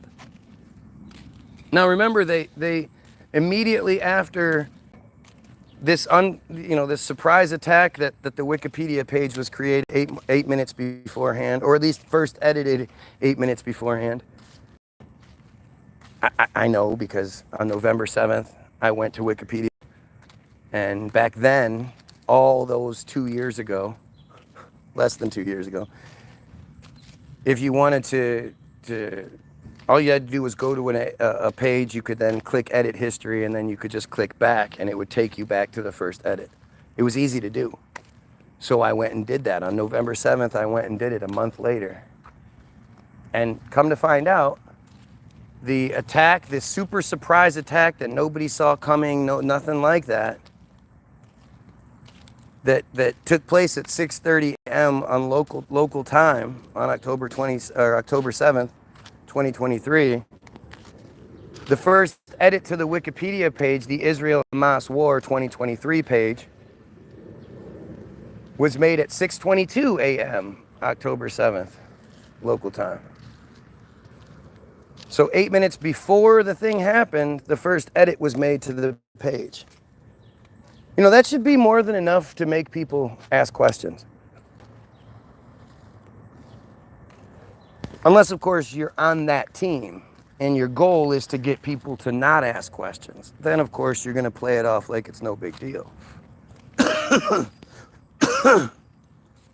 But one of the things they said initially was that they had killed around 1,500 Hamas almost immediately after the attack started. So when, to this day, you hear them say that, you know, we killed around, or that 1,139 people in Israel were killed, they're not necessarily lying to you. They're just fucking with your brain. They're just manipulating you. They're just tricking you into thinking it was Israeli. If it was Israeli, they would say so. They would say shit like around 1,139 poor, beautiful Israeli God's children, you know, but they would refer to themselves as Israelis. They would not say people in Israel. Just rambling. So I'm going to keep watching. All you're doing is rambling, incoherent nonsense. Is rambling, but I'm going to keep watching it. I could be literally watching anything else in the world.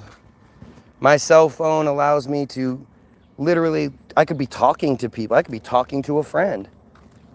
I could be watching anything else on YouTube, Hulu, any of the other platforms out there. I could be doing anything else. I could be gardening. I could be swimming. I could be fucking a girl. I could be doing anything else in the entire world. But I'm going to sit here and watch you because you're not good at this. Because you're just rambling nonsense. Fucking awesome, isn't it?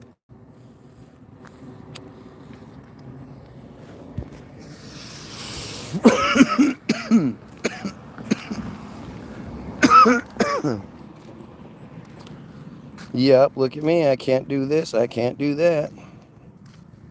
Right? Nathan's mad, isn't he? He's so mad he can't even spell words right. And he's using capital letters. But his fat little, Mom, this guy is saying things I don't like. Okay, Pookie, will you tell him what you think?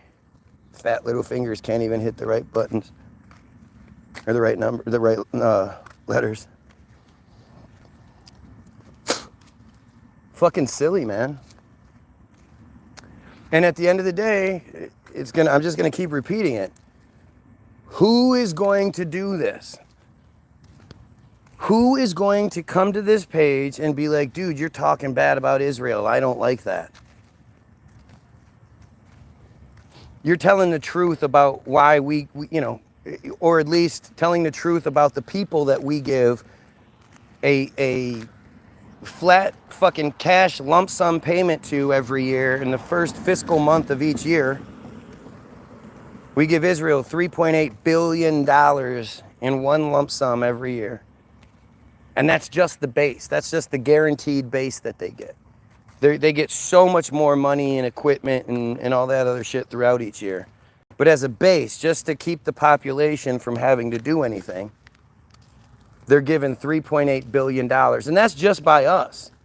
Canada gives them $2 billion. Australia gives them another $1.2 billion.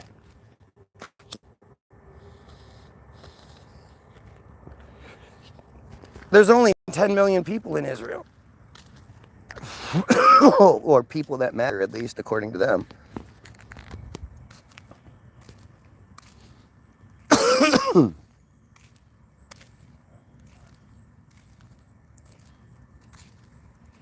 it's just so crazy. There was a guy that used to come on here all the time and cry about, we need to be taxing the illegal immigrants. That's the problem, because we're not taxing the 30 million illegal immigrants. And it's like, dude, do you think if we taxed the 30 million illegal immigrants who are picking fucking strawberries for, you know, $5 an hour or whatever it may be, so then we now have to pay all those people minimum wage, which means a thing of strawberries is going to go up to like $18, because you know that the producers aren't going to eat that cost. They're just going to pass it on to us. And if it's across the board, well, then you're not going to get strawberries anywhere else, unless you happen to know somebody, which you don't. But this guy used to cry about it all the time. We should be taxing the 30 million illegal immigrants that come in here. And it's like, dude, if we just stop giving Israel money, not even do anything, you know, not have to set up programs and all these other, just literally stop giving Israel all the extra money, but the $3.8 billion a year that we also gave them every year, we would much better. It would make our economy much better than taxing 30 million illegal immigrants barely making enough money to survive on to begin with. Do you not understand just how fucking stupid you are, that you're being told to focus on the people that are here wanting to work and making our lives actually affordable? Like, you've been tricked into thinking this version of brown people, all the brown people are always bad. The black people are trying to get your women. The Mexicans are trying to take your jobs. The Arabs are trying to take over the businesses. You know, they're trying to monopolize certain businesses. And they're actually trying to wage war. The Arabs want to kill you. Like, these are the stupidest things that you guys all believe because, gee, I wonder who controls what you believe. And that's where it just keeps coming back around. It's the same narrative. Just no matter what thing you're talking about, if you go to the top, if you don't have any personal blocks put in place that, oh, well, as soon as I reach Christianity, I stop looking. If you're like, I just want the truth. I'm just going to focus on this thing until I get to the truth. You're going to find it's all J's. Start to finish. Every single thing, it's all J's. Just over and over again.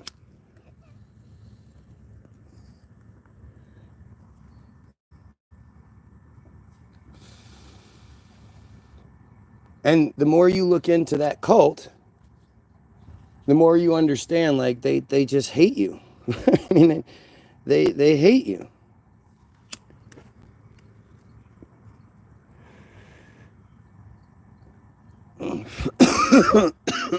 Like, share, sub. I am speaking the truth.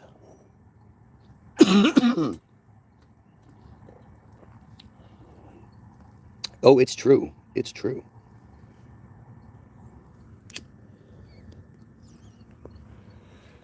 If you're smoking a bong, you're going to have a hard time keeping up. If you think this is a bong, you don't smoke. You're probably a bot. Ooh. Fuck.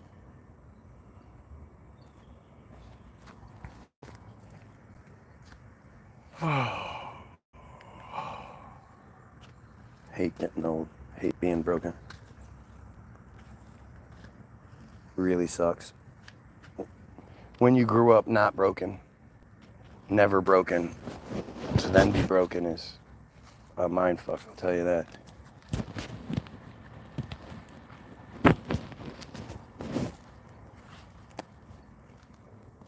So back to it. Notice how I've been going now for almost 2 hours. I've said repeatedly, how does anyone still support Trump? And nobody's answered that question. There are a lot less MAGA fucking parrots and Trump parrots than there used to be. And of course, if I say it, then they'll show up, right? But there used to be a lot more. And especially prior to the election, there were so many people come in here, they would say one of two things. They would say that Trump's going to lower the gas and food prices. It's all Biden's fault that the gas and food prices are so high, and Trump will cut that shit in half. And they said that Trump was going to end all the wars with a phone call. It would be one of the two things would be first, and then the other one would be second. But it was always, you know, they would just come in just, and I'll lower the gas and food prices, like it was just the same shit over and over again. And then you slowly saw it start to like once he came in office, it was like, okay, now just wait, he's gonna do it, just wait. And then it just slowly disappeared where they just stopped bringing it up. And the wars thing, I mean, they never even bring it up. They just, it's like they forget that they said those things.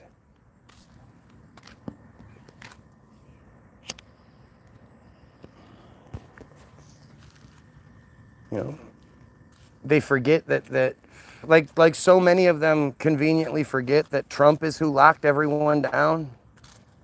It's one of the weirdest, it's not even a Mandela effect. It's like just weirdest examples of stupidity that you'll see is how many Trump supporters think that COVID and the lockdown and all that was initiated by Biden.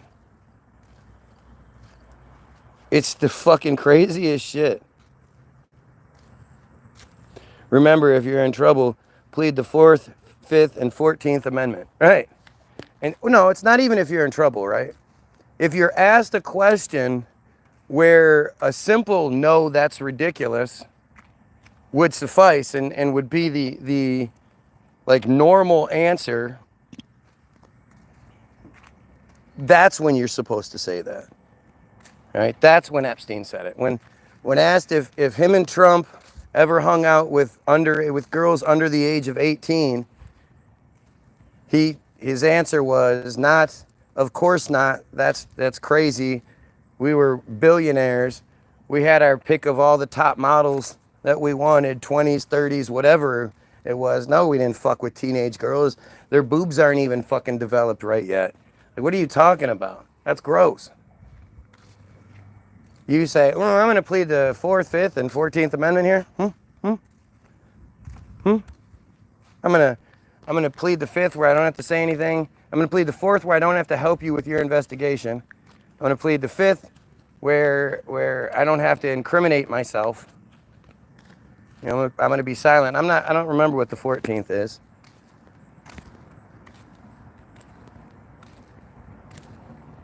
Never answer questions. I mean, when you're dealing with the cops, you should never answer questions.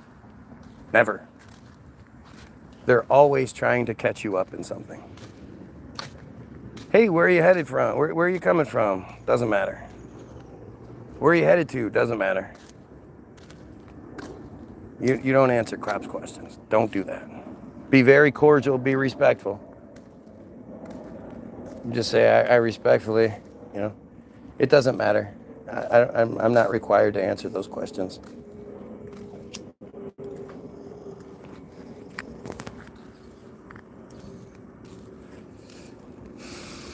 Trump supporters suffer from the Dunning-Kruger effect.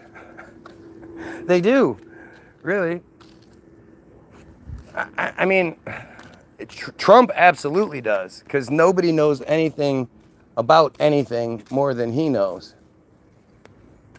Nobody knows more about this than I do. Nobody. Have you that clip, that video is, it seems like it should be fake. Especially with how long it is, with how many examples there are of it. It really is fucking shocking.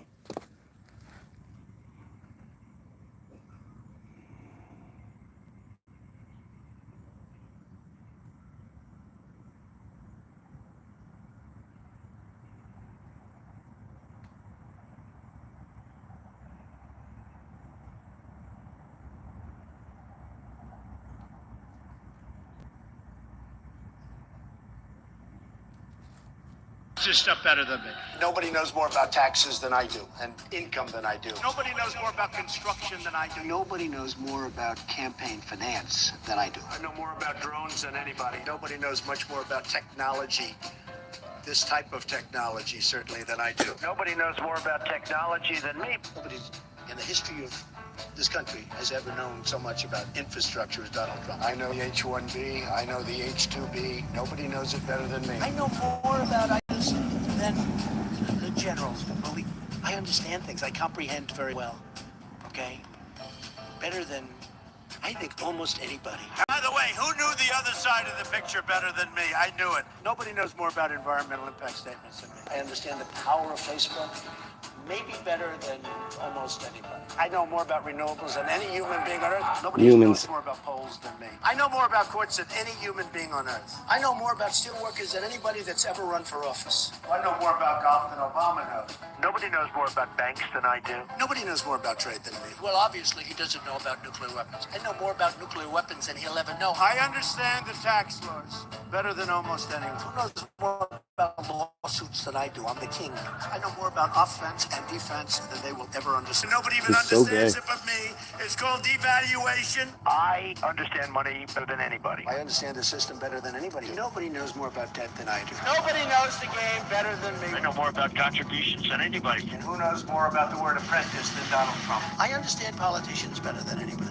Nobody knows politicians better than me. Who knows the other side better than me? Who knows the other side better than me? I think I know more about the other side than almost anybody. And I understand the other side. Perhaps I understand it better than anybody else. I was thinking, boy, nobody knows more about it than me. I know more than these politicians. These guys don't know anything. I know a lot. I know more than I'm ever going to tell you.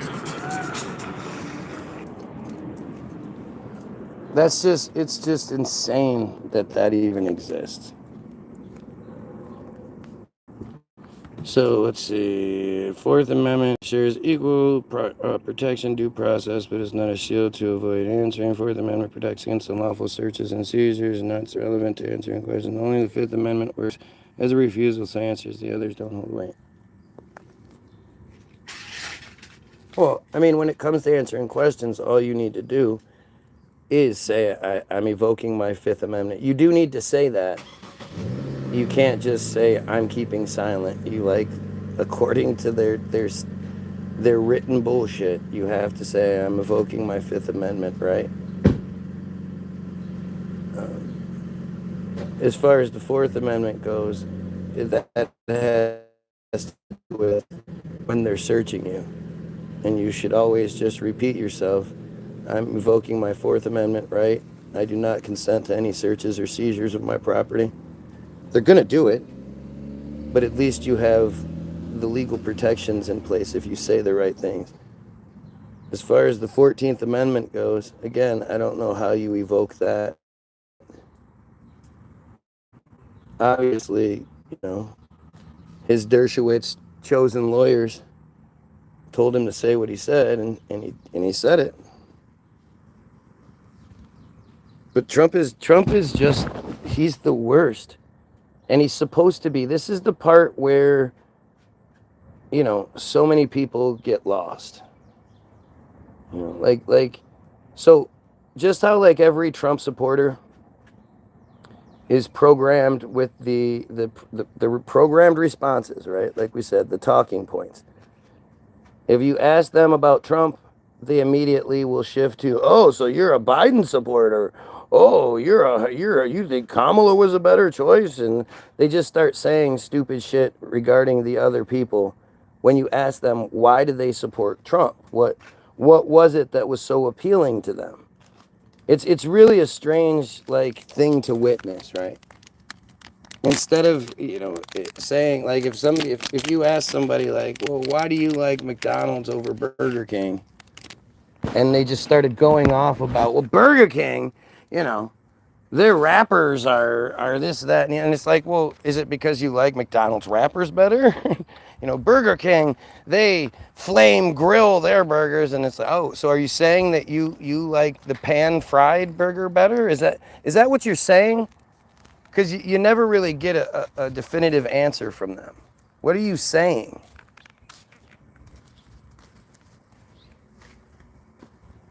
And so sorry, I just started thinking about something else. It's interesting how, when you and this is something that I highly suggest that people take with them from this feed. Right? You can take this little bit of information with you into your everyday life. When dealing in any conversation or any sort of debate situation, when people, instead of answering your direct questions, they change the subject to something they can answer. So if you ask them why they support Trump, and they start, they start talking about how you must be a Biden supporter or something like that, it's because if you say yes, then they have some, some prepackaged Biden sucks things that they're gonna try to hit you with. It's not because they can, they can't actually answer for what you're saying. And that's what they do. People will always make up the narrative that they can respond to. They'll change the subject to something that they can respond to, or at least they have a couple of responses to. I mean, that's the reality of it. They can't actually respond to it. They can't actually, give you a reasonable answer to or explain any of it. But they can attack the other thing. And you see such prime examples of that on this feed. Instead of answering simple questions or staying on topic or whatever it is, they're constantly trying to change the subject. They're constantly saying dumb shit. They're constantly avoiding the issues, the narrative at hand, because they have no response to it. If I was sitting here and my whole thing was about how great unicorn poop is. Unicorn poop is the secret substance that's going to make life better for everybody on this planet. The government's been hiding it from us. They have special unicorn farms out there that we don't know about, that are out in the desert somewhere and in the mountains. That's what all those hidden facilities are.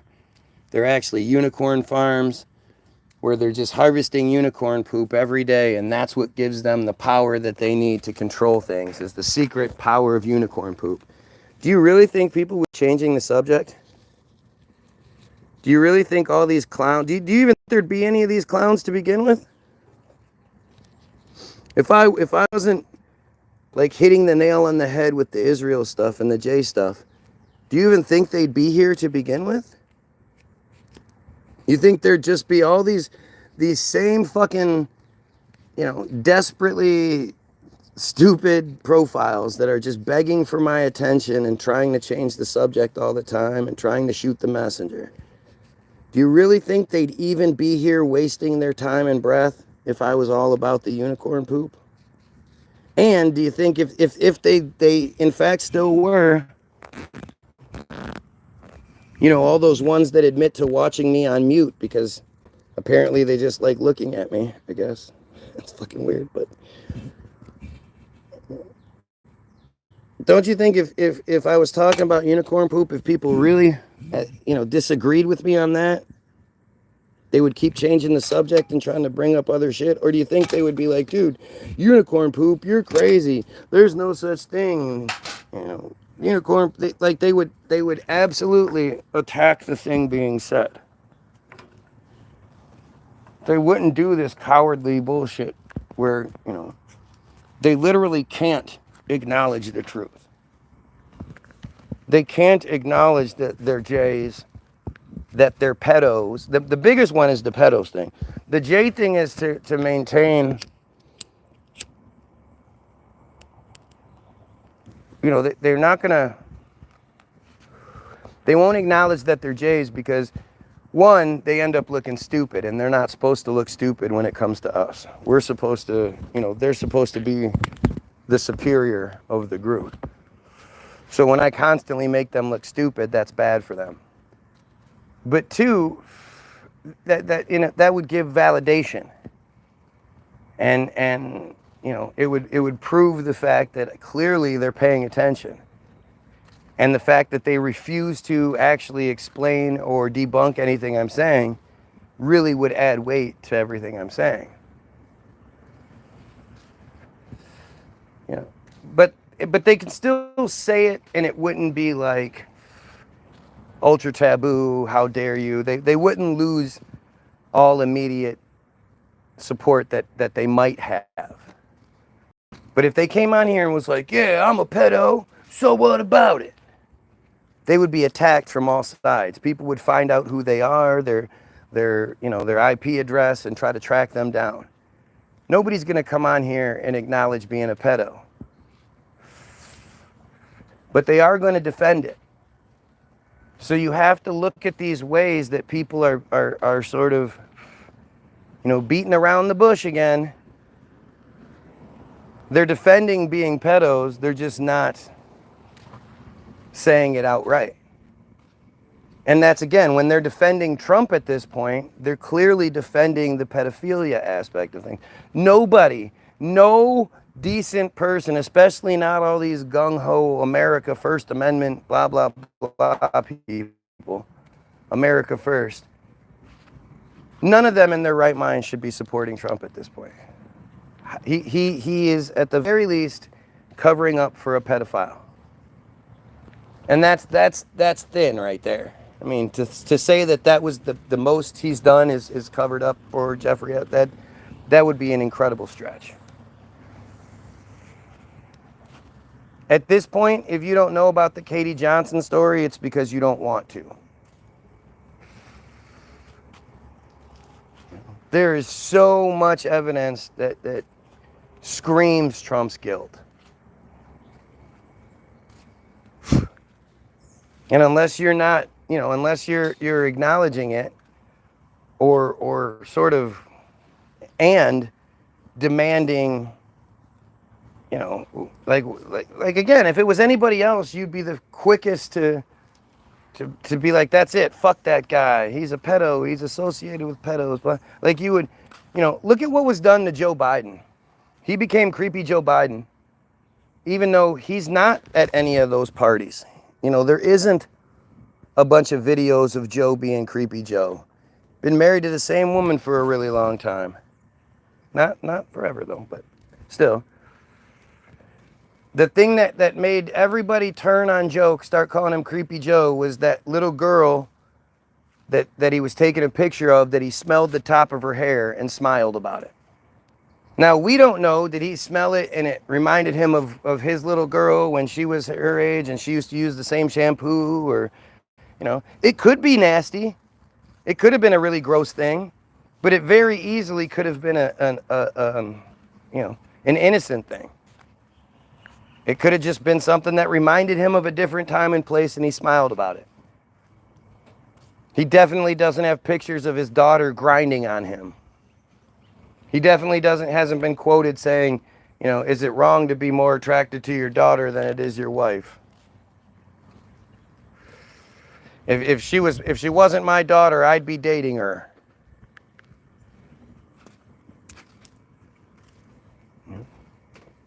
But that was more than enough to get people to turn on Biden.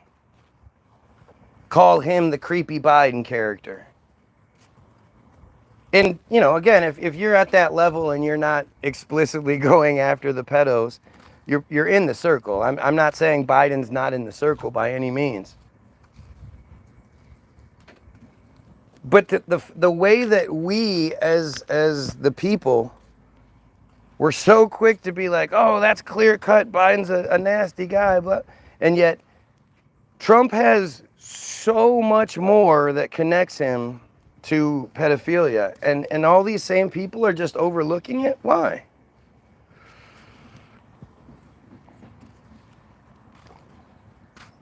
And it's not like because you're like, yeah, he gave us free health care. I know he has this horrible past, but look at how much better our lives are because of it. Gas prices got cut in half. Food prices got cut in half. Pulled us out of all the wars. It's not like any of that shit happened. So I guess where is the disconnect here? What am I not understanding?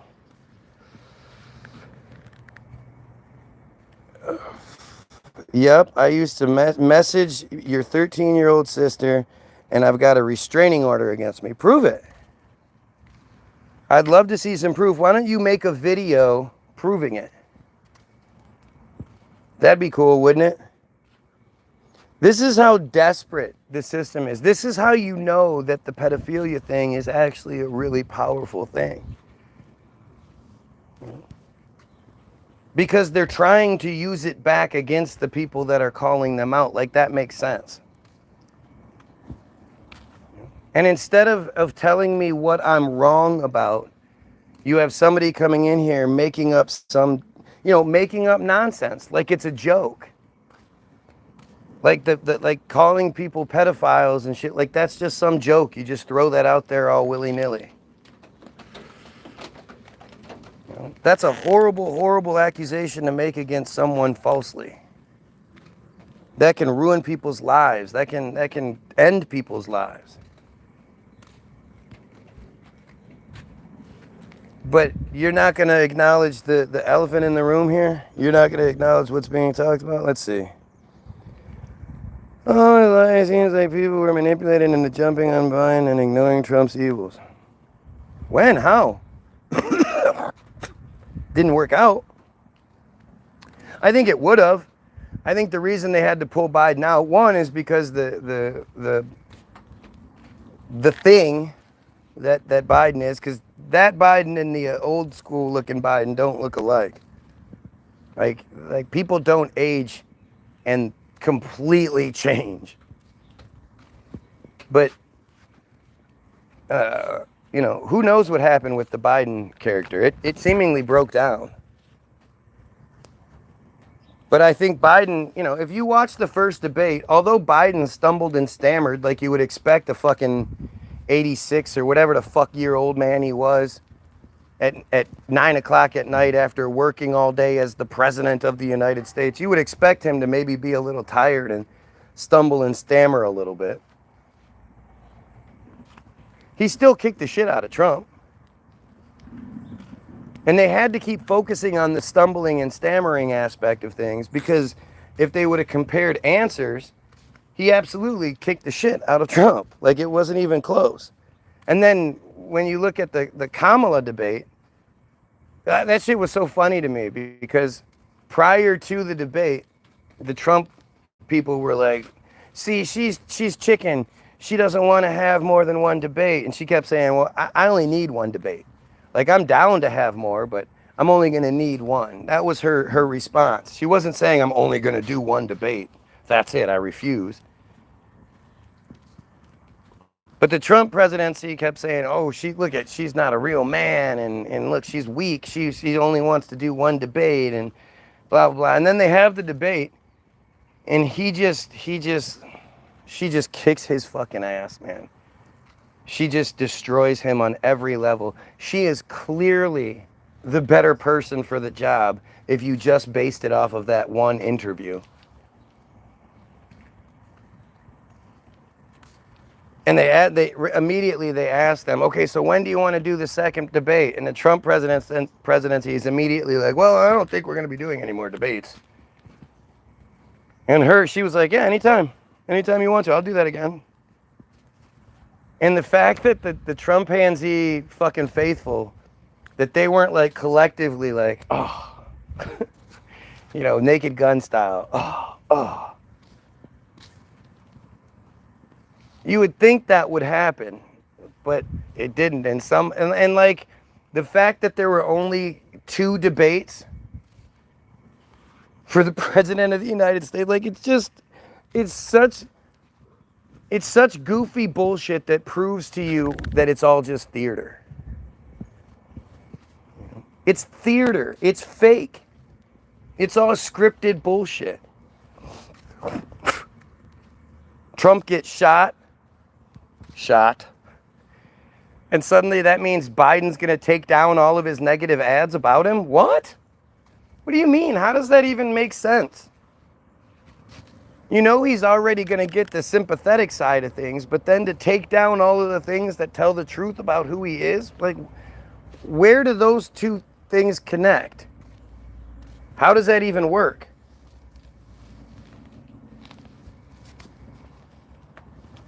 And, I mean, you know, that thing that nobody likes talking about when it comes to the Trump shooting.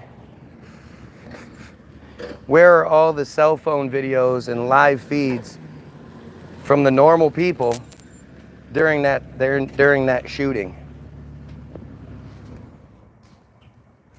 My wife watches NCIS and all those fucking terrible shows on ION.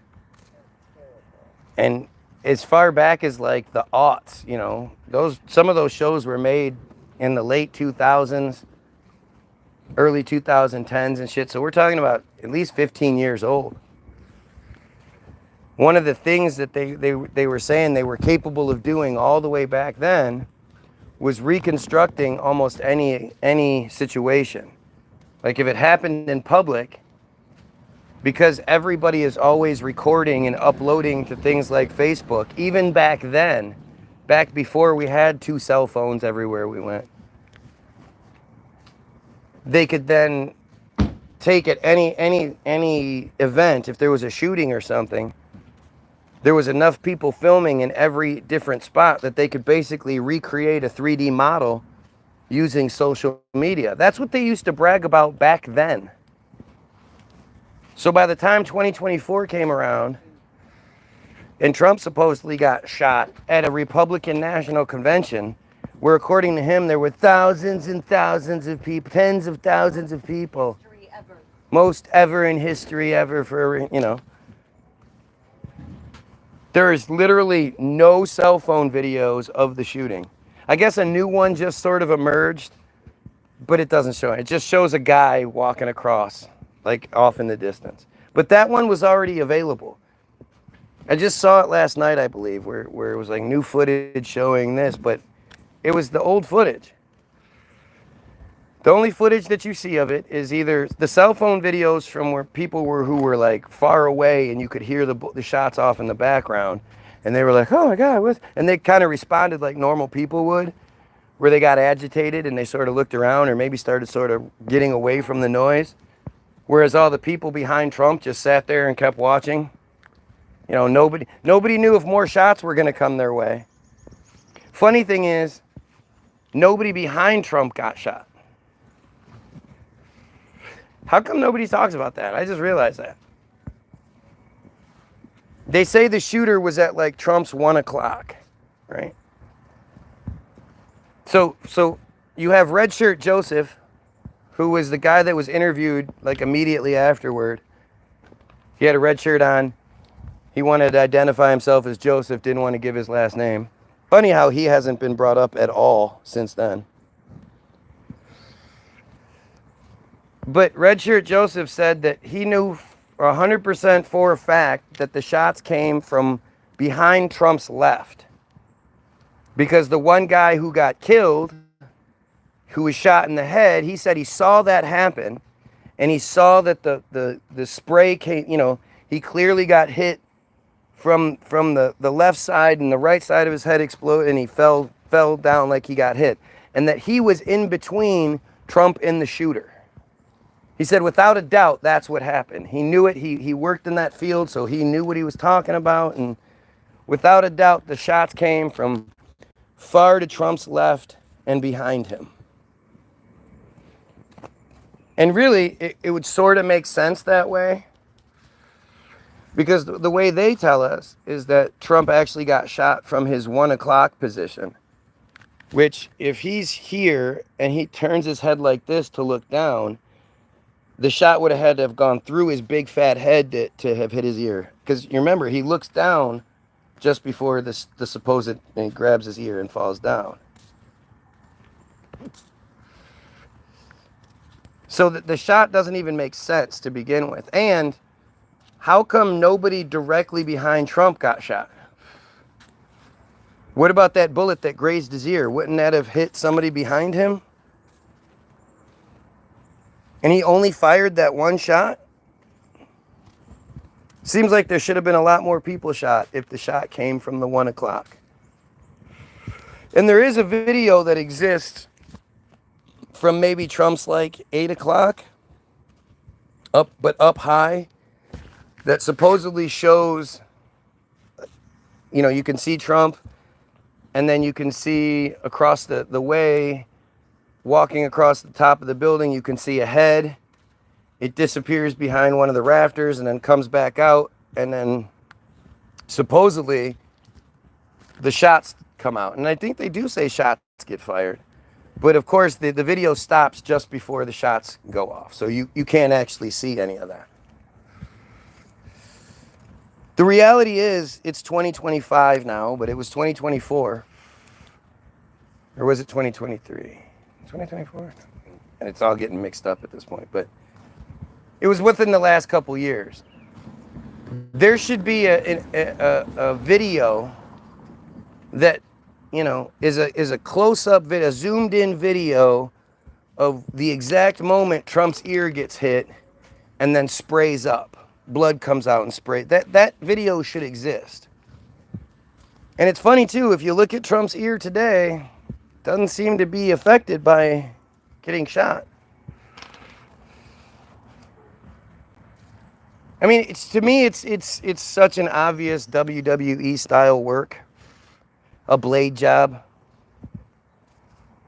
It was as fake as it could. Why would there be female Secret Service agents who are shorter than the person they're protecting?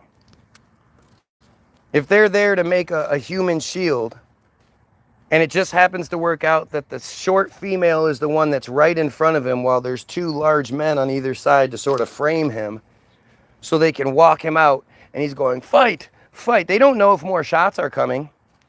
They don't know if there's an explosive under the you know, the stage or anything like that.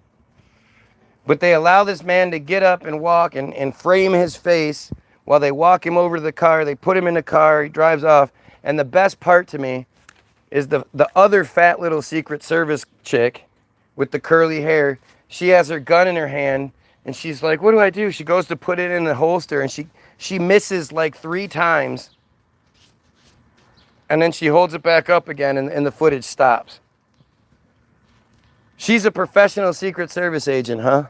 She was so much better than other men. There were men that applied that were worse than her. A fat, small chick who can't even holster her weapon properly. Are we serious? Don't you think the Secret Service detail that's forever associated with a former president would have to be a little bit better than that? He got his ear hit, not blown the fuck off. Who said it got blown the fuck off? However, there's a video out there that shows like that's just not, it's not possible. If his ear would have been hit by high power artillery, it would have had a much larger effect than it did. There's almost no way that it could have just been hit and just taken off the tiniest little teensy little piece of it, which again, to this day, there doesn't seem to be any evidence of any little missing piece of ear. But the amount of kinetic energy that would happen, that would immediately be built up and then would be transferred into whatever got hit. Gee, I wonder if I can find it.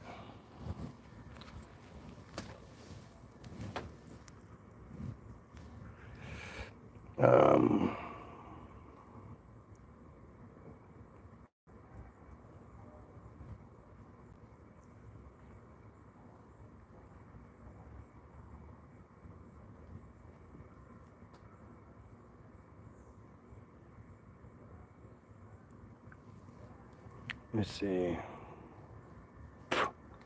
10 suspicious factors of the Donald Trump assassination attempt. Ooh.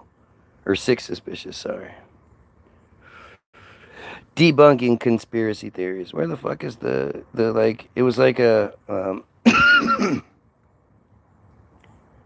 it was like a, Mythbusters episode. But I saw it. I saw what had happened on there. I just...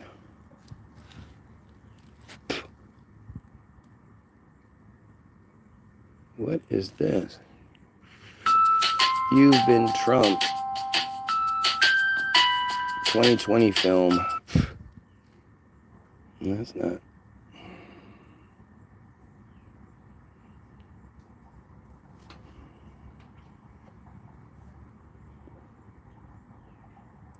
Well, now we've gone into things that just don't make sense about the assassination attempt. Sniper that went unnoticed. A sniper that went unnoticed, unheeded warnings, and missteps by law enforcement. There's a lot about the assassination attempt on Donald Trump that just doesn't add up. On Saturday, former U.S. President Donald Trump stood in front of a crowd of supporters in Butler, Pennsylvania, when a series of cracks were heard through the air. Trump grabbed his ear as he and the crowd ducked down. From there, Trump's security detail ushered him off stage, bleeding, his fist raised to the air. Trump survived an assassination attempt, but his would-be killer didn't. Secret Service shot and killed suspect 20-year-old Thomas Matthew Crooks. Thomas Matthew Crooks. His last name is Crooks. Gotta love that. But even like this picture of him, this sure looks like an old 90s picture, doesn't it? Reuters notes he fired an AR-15 semi-automatic rifle from a nearby roof. 2 people were injured and 1 person died. Investigations into the assassination attempt are ongoing. According to available information, Crooks was a resident of Bethel Park, Pennsylvania, and a registered Republican. In 2021, he reportedly donated $15 to Act.il, a Democratic political action committee. As the BBC notes, he graduated from high school the following year in 2022. His firearm reportedly belonged to his father. Beyond these basic facts, information is scarce, including Crooks' motivations. That said, certain things about the assassination attempt stand out as inconsistent. As the New York Post reports, multiple witnesses allege that they saw Crooks on the roof and tried to tell police, who did not act. In a BBC interview, one of these witnesses said that Crooks was visible for several minutes. He added that several attendees were pointing to Crooks and trying to get the attention of the Secret Service. The witness also alleged this about the Secret Service. They were looking at us the whole time when we were standing by that tree. However, the witness also admitted that Crooks probably went unnoticed by the Secret Service because of the slope of the roof where he was laying down. Bullshit. He was behind where they could see. On X, another good thing that he said that, Crooks then. on top of one of the buildings. He noted law enforcement. While human error is a possibility, it doesn't come off as troublesome that members of the crowd report seeing Crooks in the open while Secret Service and local police couldn't. One of the witnesses raised another unusual point about the assassination attempt. This person wrote on X, "Why is there not Secret Service on all of these roofs here?"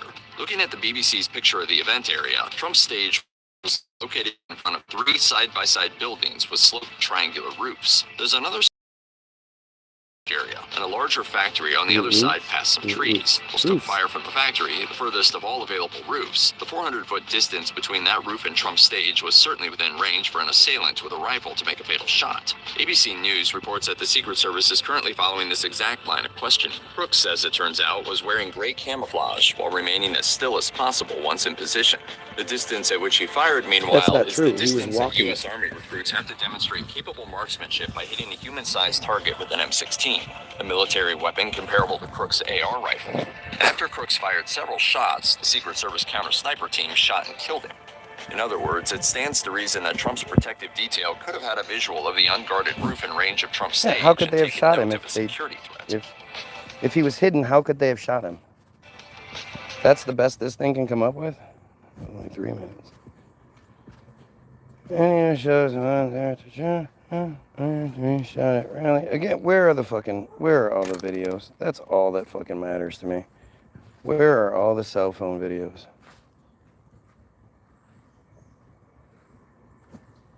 Top 6 suspicious factors. Law and Crime with Jesse the J. Thomas Crooks.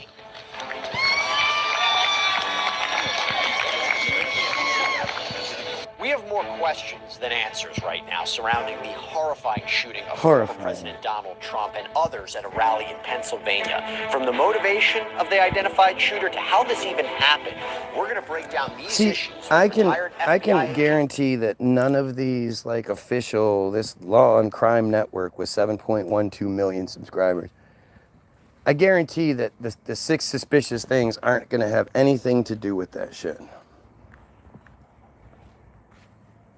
Shot with an AR and lost a teaspoon of blood. Exactly. It doesn't work that way.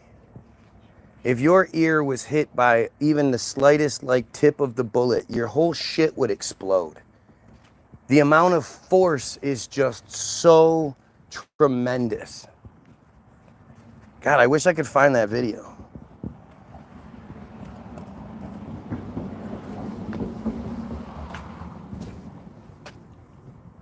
Sniper shot ear.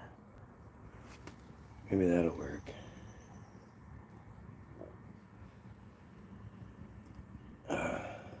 Nope.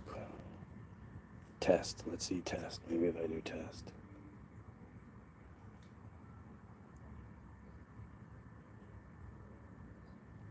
On July 13th, 2020, actively object this, I don't know. So from these secret. And as always, when we do duration is a semi-autumn. Now to accomplish aged and our stand-in, but let's see, would any of you, because it's free off the head. And now hopefully you have a better idea. Speaking of fucking stupid, I don't know why they keep doing this. Flying glass that came from fucking, I don't know.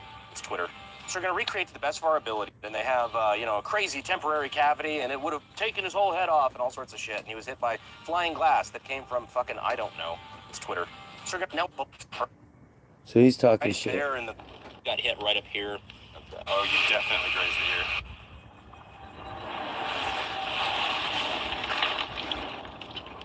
Yeah, right there. Even that. Oh, you definitely grazed the ear. Oh, yeah, there you go. Whoa. Damn. That was like edge of the bullet. Yeah, right, that was the very tip of the bullet, and I it think we could get closer. fucking wrecked the Yeah, so I ear. think he actually got hit right up here. Right. The bullet impact was right there. You could see where it just grazed the very edge of like the middle of his ear. But we're going to try to go for the meat. What I find the most interesting is that the whole head is still there. That's kind of crazy. Yeah. I thought it would have sent him there. How's his head still connected? I don't How his head still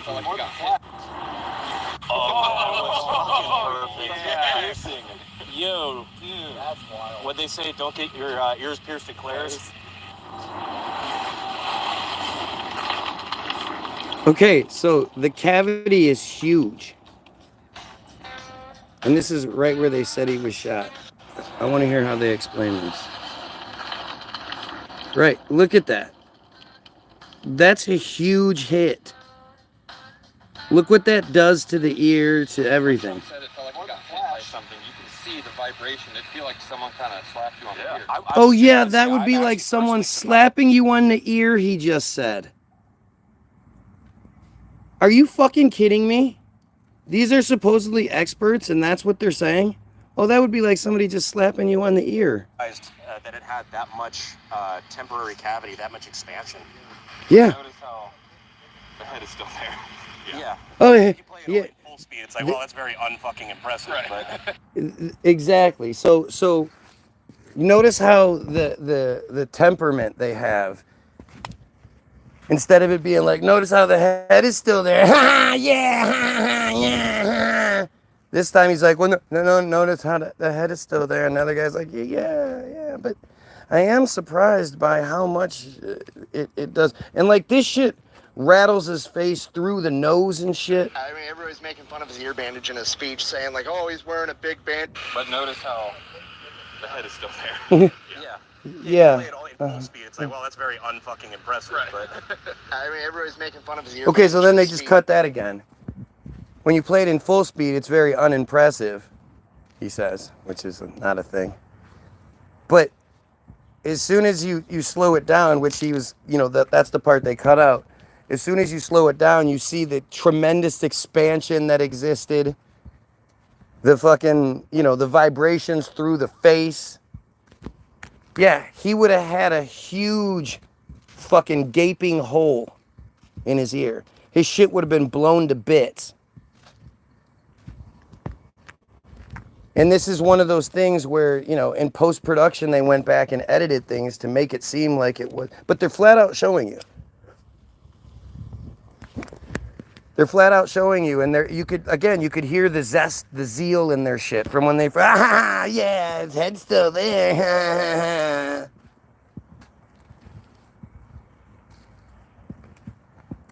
Like this is the example that this is how they do it. This is like Israel says Hamas used paragliders to you know, to fuck with them.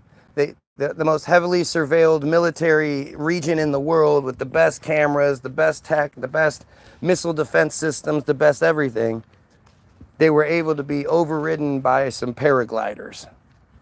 And if any of you are dumb enough to think that sounds stupid, well, months later, Hamas releases a video showing them, because they happen to take video of them practicing doing a couple of different landing maneuvers. And then they were like, well, shit, people aren't believing the Israeli narrative, so here, let's upload this video to our Hamas website showing that we practiced on these same paragliders beforehand, and we took video of it. Here's video of us practicing. What sense does that make? Just in case you didn't believe it,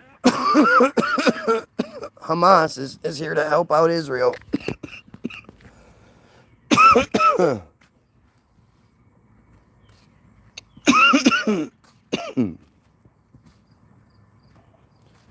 Oh, we have some pedophile Trump supporters here. It's funny how nobody's been able to even address that comparison yet. They don't like that I'm spilling the tea about Trump. Which this is one of those things too where,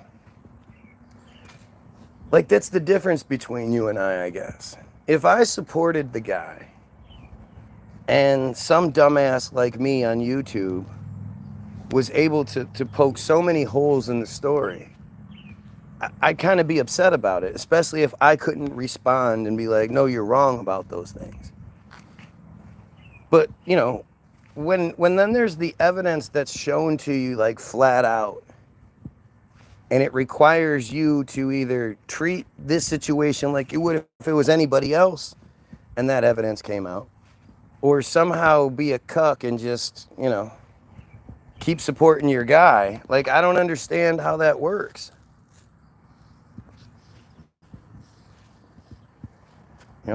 I would be so upset if I was you guys. If I believed Trump got shot, and I believed the narrative that they told me, and then I went and I looked at the debunk video where they're joking around about it, but then they show it, and you can clearly see how the shit's edited and all that, but you literally can see just how much damage and all that shit. There would have been a huge blood spray, and like, it would have just been so much worse than it actually was.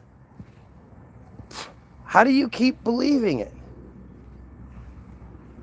Like, at what part, like, what, as far as evidence goes, is it that you need the system to come out and endorse evidence against the system before you believe that maybe the system is bad? I just don't understand it. Now, here you go. Look at this. Look at. This is such a typical Jay thing to say, right? Countless Democrats have been caught with minors, and this airhead kept quiet. Nothing to say, right? So instead of answering for what their thing is, they're like, well, what about that? What about that over there? I literally tell you guys this is what they're going to do. And then these dumbasses come in and do that. The Democrats that have done it. Does that somehow make Trump doing it okay? Are you saying that because other Democrats have been caught, that makes it okay, that we shouldn't worry, we should be talking about them instead of the President of the United States? Like, what kind of argument is this? Do you realize this person literally thought that was a good argument?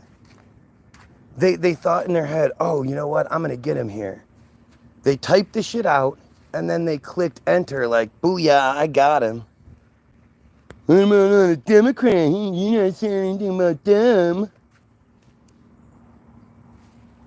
What a stupid, again, this is like when Trump is asked, well, do you have any age limits? And he says, no.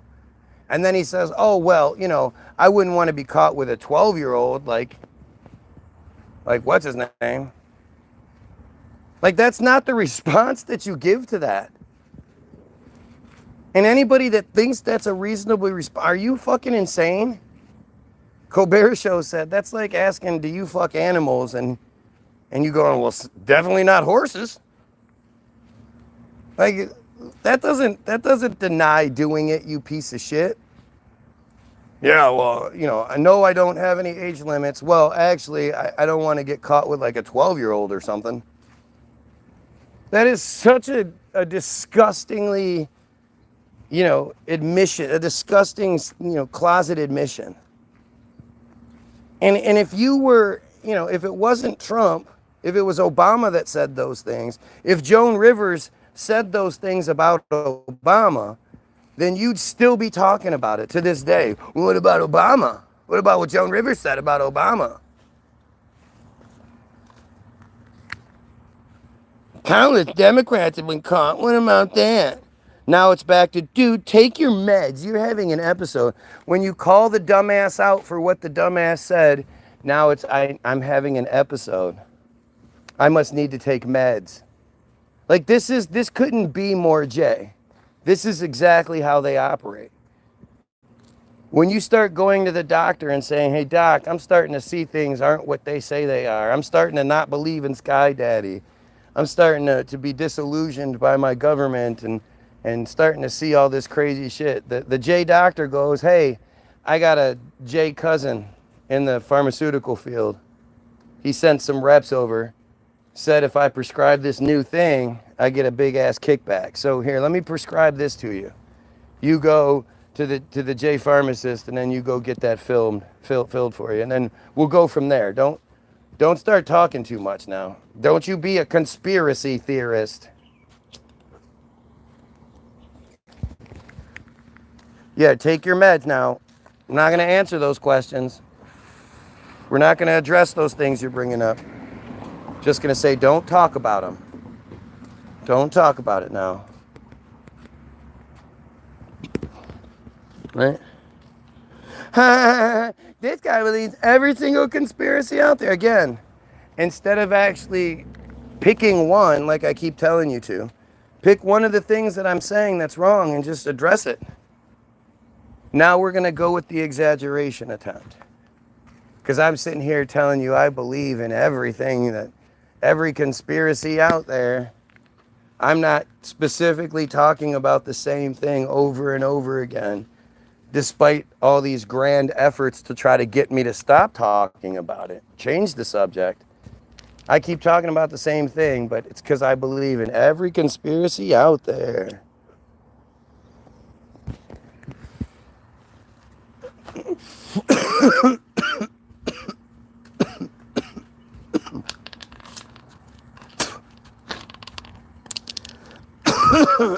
Clip that. Gotta have another clip for when we make more videos about you. Because you're wrong. Because you're wrong. For those that don't know, I've been challenging every single one of these haters, these Trumpanzee haters that apparently won't exactly say why they're here and what has them so upset and what they disagree with. So I challenge them, go ahead and make a video, quick 5-minute video where you're doing what I'm doing. Really easy to do. Instead of you looking at the screen and watching somebody, you just turn the camera on yourself. And for 5 minutes, you or less, you know, you talk about how terrible I am and what I'm wrong. You tell what I'm getting wrong, showing your face, showing that you're a real person who isn't all nose, you know, who we can see is clearly not one of them. And you just make a quick Guy Williams Sucks video, and then I'll show it on my feed. Make sure you don't put music in the background, so then we know can't play it, because that's a sneaky little trick that they like to do. But go ahead and make a video where you, a person, is talking bad about me. And then tell me about it, and the next day I'll show it on my feed. I'll show the whole 22 viewers that's watching me. And you'll make, you know, whatever points you make, we'll talk about those, whatever it is. But you can gain credibility by showing that you're an actual real person. I am a real person from USA. I am from USA, America. But show that you're a real person and you know, explain why you're so mad. What motivates you to come to my feed day after day after day after month, trying to get my attention, but refusing to engage in any of the real conversations? What is it? Make that video. And you know, cause you just want people to make that video so you get more popularity. Yeah, because the video you're gonna make is gonna get 16 views, and that's gonna help me out a whole bunch. But after I show the video on the feed, you could always delete it. You don't have to keep it there. So if you're really worried about your video going viral and making me famous, well, it's easy to fix. Because, you know, you can make videos that go viral. So I've been challenging people for this for years, for about a year, actually. You know, trying to get these people, these profiles that are seemingly so motivated to be here in the first place. Go ahead and prove it. Get some credibility. Nobody takes me up. For you know, for a year plus, nobody takes me up. One day, I get somebody that comes in here and says, search it. We've made a video. Guy Williams sucks. So I search it. And strangely enough, there are 2 separate pages that have the same video uploads. One is called the Anti-Guy page. The other one is called the J Crew. And they've uploaded like 5 different videos, 4 of which are like 30-second weird little clip videos. But the 5-minute one is a bunch of my past videos, different little 5-second clips of stuff I said in previous videos. Like, so somebody is keeping track of my videos and then keeping, you know, footnotes, keeping fucking timestamps of when I say this, and they have this already. They either they had it already or somebody went back and watched a lot of videos. Which again, some of them I don't even know if they're from YouTube. I don't know if all of them were even from YouTube. Because there was several different videos clipped. And then along with the clips, they would write on the video, so you know they're editing the video. But they're also streaming it in between clips is pro-Israel propaganda videos. And somebody took the time, effort, and energy to make this 5-minute long video, which I would assume took hours. Hours. And, you know, to have all of this clipped and find all these old clips and then put them together and put the song in and write the shit on the videos and then find all of the different Israeli propaganda pieces that you were going to use. And there was a lot of effort put into that video. Instead of making a quick 5-minute video of your face talking. And then to come in and be like, we did it. Like, I don't even understand. How can you be that stupid to think that passes as proof of real people, non-Israeli real people behind these profiles? Like, how did you even begin to put that together? You have to be incredibly stupid to think that that works. And at the same time, how many of you know any other random nobody YouTuber that gets that much attention? That people are that angry at for saying things like we should kill pedos and we should stop the genocide. Do you know anybody else like that? Do you know anybody else that can say that they have videos made about them? By random people that we don't even know who they are. They won't identify themselves. I'm claiming it's Israeli stuff.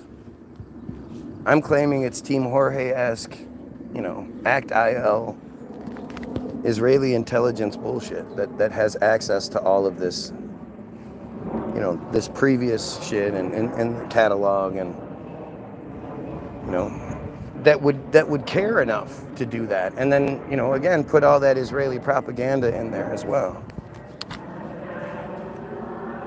Are you going to say that there's just some regular people who are just obsessed with me to that level? Like, that's, to me, it says, if I was going to admit to being behind it, I would definitely admit it's like my job to do that.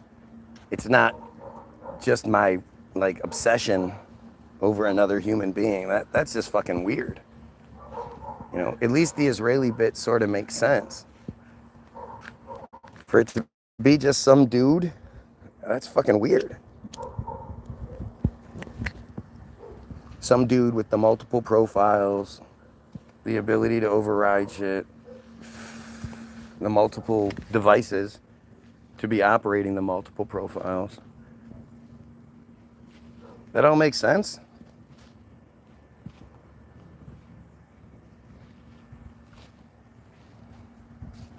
It all makes sense that not only are there people that are, but they're mad at the guy that thinks we should kill pedos? Because you can't ask them, like, what it is they're here for. What is it? And if they do answer to that, the only one they ever really come up with is because it's entertaining. Talking about pedophiles, killing pedophiles, and stopping the genocide, and all that. Some random dude on YouTube is more entertaining than any TV show, any video, any movie made, anything you could be doing in your own personal life. Like, any of that shit. I am more entertaining than all of it? That's supposed to be a knock against me? And these are the only things they say. Actually, I did have somebody the other day finally admit to why they're here, why they do what they do, why they talk all this shit, why they refuse to address things and all that. After a whole bunch of crybaby, well, it's not like you know, you'll just deny it if I say so. Repeatedly saying things, not caring if I deny those things, but I guess caring if I deny their real reason, so they're not going to say their reasoning. And then finally they admitted to it's because they're concerned about my health. Like, it's fucking insane. Trump in the files, bro. Yeah, I mean, I've always said this. Look, Trump isn't the problem. Trump represents the problem. Trump is the character, right? But the problem is the Trump supporters. Without the supporters, Trump is nothing. And that's the thing we need to focus on. You know, how do we reach our fellow human beings that happen to be Trump supporters that have now, you know, they're now been tricked into supporting a pedophile? You know, and it's one thing to say they didn't know, but now it's seeming they know that he's at the very least guilty of covering up for a pedophile, of lying to the people about the pedophile. And that's only like in the craziest Trump delusion, is that what he's actually guilty of. Because he's clearly much more guilty than that. I mean, he literally admitted on, I guess it was Stern or whatever, that he used to go into the dressing rooms of the Teen Miss USA pageant because he owned it and he was allowed to. So he would go into this area where nobody else was allowed to because these girls would be, you know, undressing or naked or whatever. And he laughed about going in there. Like, these are just, and that's just one tiny little piece of it. It's so obvious that this man is the absolute monster that we all think he is. And on a side note, I believe Melania to be the handler.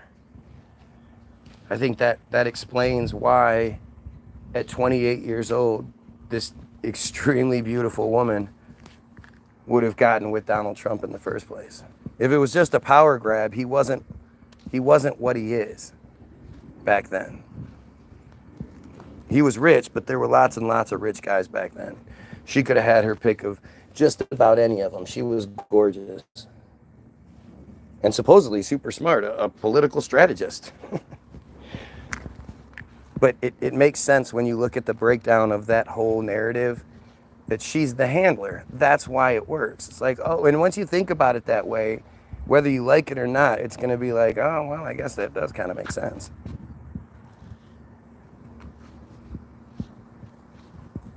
But at this point, like I say, just like with Trump supporters, who's going to be here opposing the guy that thinks we should kill pedos and stop the genocide? That we should stop the J control scheme that keeps us all as their slaves? What Christian, what Muslim is going to be like, no, guy, you're wrong about that. It's okay that we allow these pedophiles to keep running our lives? Who thinks that way? Nobody. So who are the idiots that are on here? These fake profiles that are on here?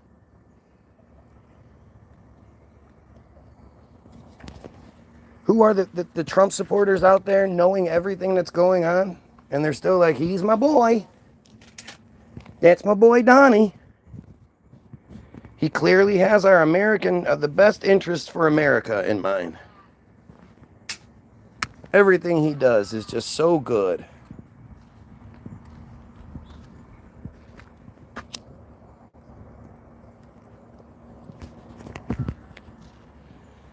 Oh, look at this. Show me one person who every said in your chat pedos should exist. What? What? That's a denial?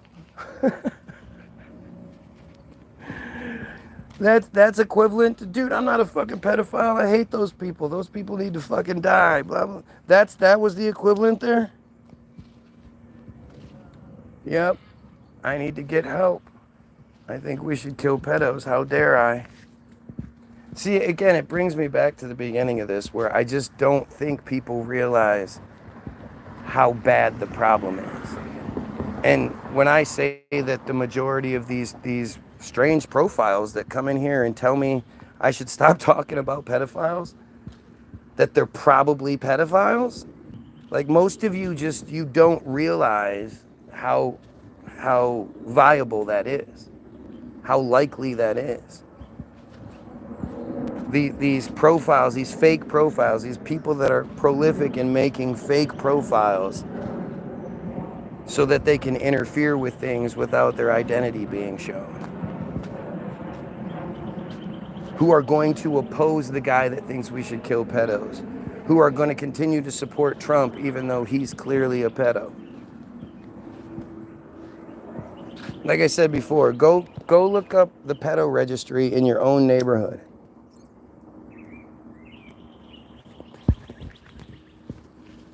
Be prepared to be shocked. It's fucking shocking. But remember, that's only the people that were caught. Go watch any TCAP videos you can find. Go watch, all of us know of at least a couple of pedo hunters on YouTube alone. And these guys are catching people every day, every 2 days. Some days they're catching multiple people. TCAP catches like 8, 9, 10, 15 people each day. Whoa, takedown with Chris Hansen, who has lately seemingly been trying to make it seem like only Mexicans who don't speak English are getting caught, which is a weird twist, coincidental twist. But if that many people are compelled to the point where they'll risk getting in trouble like that, imagine how many people, are just good with watching nasty videos, trading in nasty videos and shit. not putting themselves at risk. These are selfish cowards. You know, none of these pedos are going to be alphas in real life. They're all going to be fucking cowardly. I don't even want to say betas. It's less than that. These are carp, man. These are garbage feeders. These are bottom feeders. And just watch any of the like behind the scenes videos where they talk about how how the whole thing goes down, and how immediately once the profile goes live, like immediately it's suddenly hit up by, you know, you can have, if you put in your name like Susie 13, immediately you're going to be hit up by a whole bunch of dudes that are like, hey, what's up? Hey, what's up? Hey, what's up? And it's not because they just want conversation. Why would any adult ever want to talk to a fucking 13-year-old girl? What would be the fucking, you know, what would be the payoff for that? It's the most ridiculous, thing. I just like talking to random 13-year-old girls on fucking chat, whatever. Why? What the fuck do they bring to the conversation?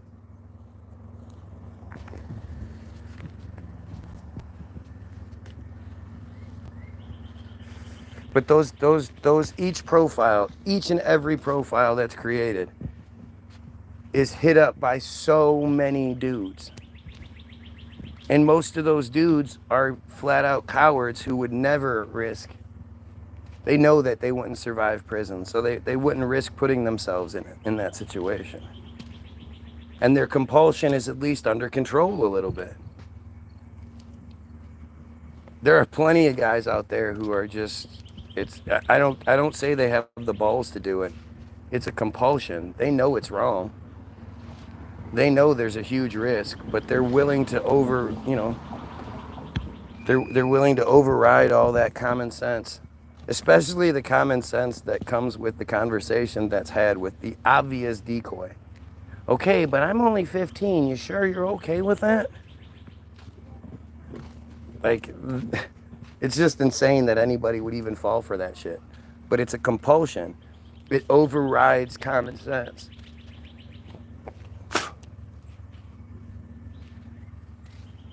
And you know, when you understand, like, the child exploitation video market is one of the biggest, if not the biggest industry, you know, the online industry that exists. There's so much money being made by distributors out there. And it's so much more than you think it is.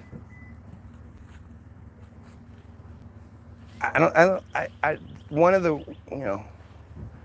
the reasons why I couldn't do the pedophile hunter thing is because I wouldn't be able to just actually watch any of it. And I would assume you have to be immersed in, or you get bombarded with a lot of it, that, you know, you're gonna accidentally see shit. There's gonna be thumbnails, there's gonna be all kinds of shit that it's gonna be unavoidable for you to actually see shit. And you know, you can hear Alex Rosen, Gordon Flowers, he'll mention it at times where, you know, like the guy will go to try to show him something and he'll be like, no, don't show me. Because it's so much. And so when you understand that those guys are everywhere, literally everywhere. I'm looking on my street, I can maybe see 20 houses or, you know, 30 houses. And it would be a safe bet to assume 15 of them had a search history that they wouldn't want you to see. That they have some sort of imagery that they've either looked at or have saved on their computer. And it may even be more than that. It may be more than half. It is so fucking prominent. It's everywhere. And so when you have these people that permeate our society, that are just everywhere, who do you think is going to come to the defense of Trump? By defending Trump, they're defending themselves. The last thing they ever want is someone like me, getting the platform, getting a position of power, or just at the very least getting the platform where I'm speaking to thousands and thousands of people, more so than I already do. And you know, encouraging people to act. Don't sit here and because the people that make the laws are the ones that are guilty. So they've trained you into thinking you're not supposed to say anything. You're not supposed to, you know, call this shit out. You're not supposed to act on it. No, fucking do it. We should absolutely be demanding Trump's resignation. It shouldn't even be a thing that we have to demand. When you are this caught up in it, and then you have said just so much more. You know, he has said so much more. Like, being this embroiled in it is so bad for our country. Even if he ends up being found innocent, right? Innocent in all charges, it was all just a misunderstanding. He should not be allowed to continue his job. Anybody else, if they were charged and they were accused and they were all these things, as much as that, they wouldn't be allowed to continue. Nobody would want them as their boss. That's why it's so dangerous to make those assumptions or those claims against somebody without it being true, because it ruins people's lives. Even if they're found innocent, people will still think that, you know, they were charged at one point. How do we know it wasn't a loophole that got them out? You know? Normal people, we're super skeptical of that when it's normal people.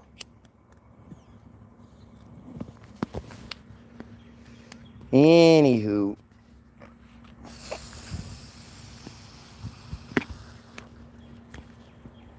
Go get your free download. www.bilderberg.group.com.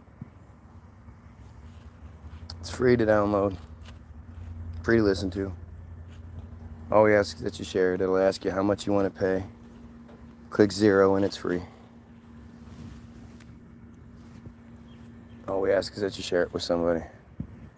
Actually, you know what? Give $1. How about that? Give $1. I'd appreciate it. I'm going to leave you with Hollywoodism, which is the most important film ever made. There you go. You guys know the outro. Hollywoodism is the most important film ever made. It's their story. They put it out. If I made the same movie, it would be blacklisted.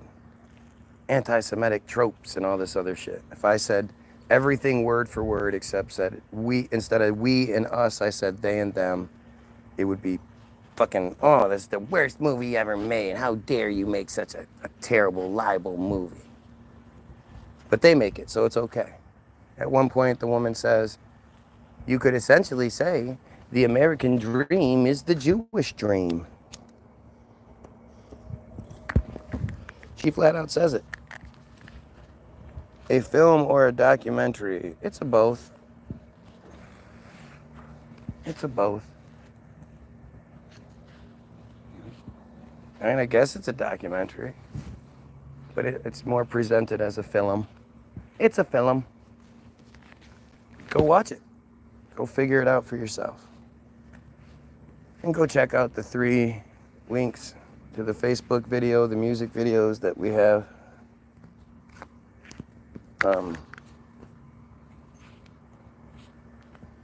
Like them, share them, subscribe to the page. Do the same here, like, share, sub.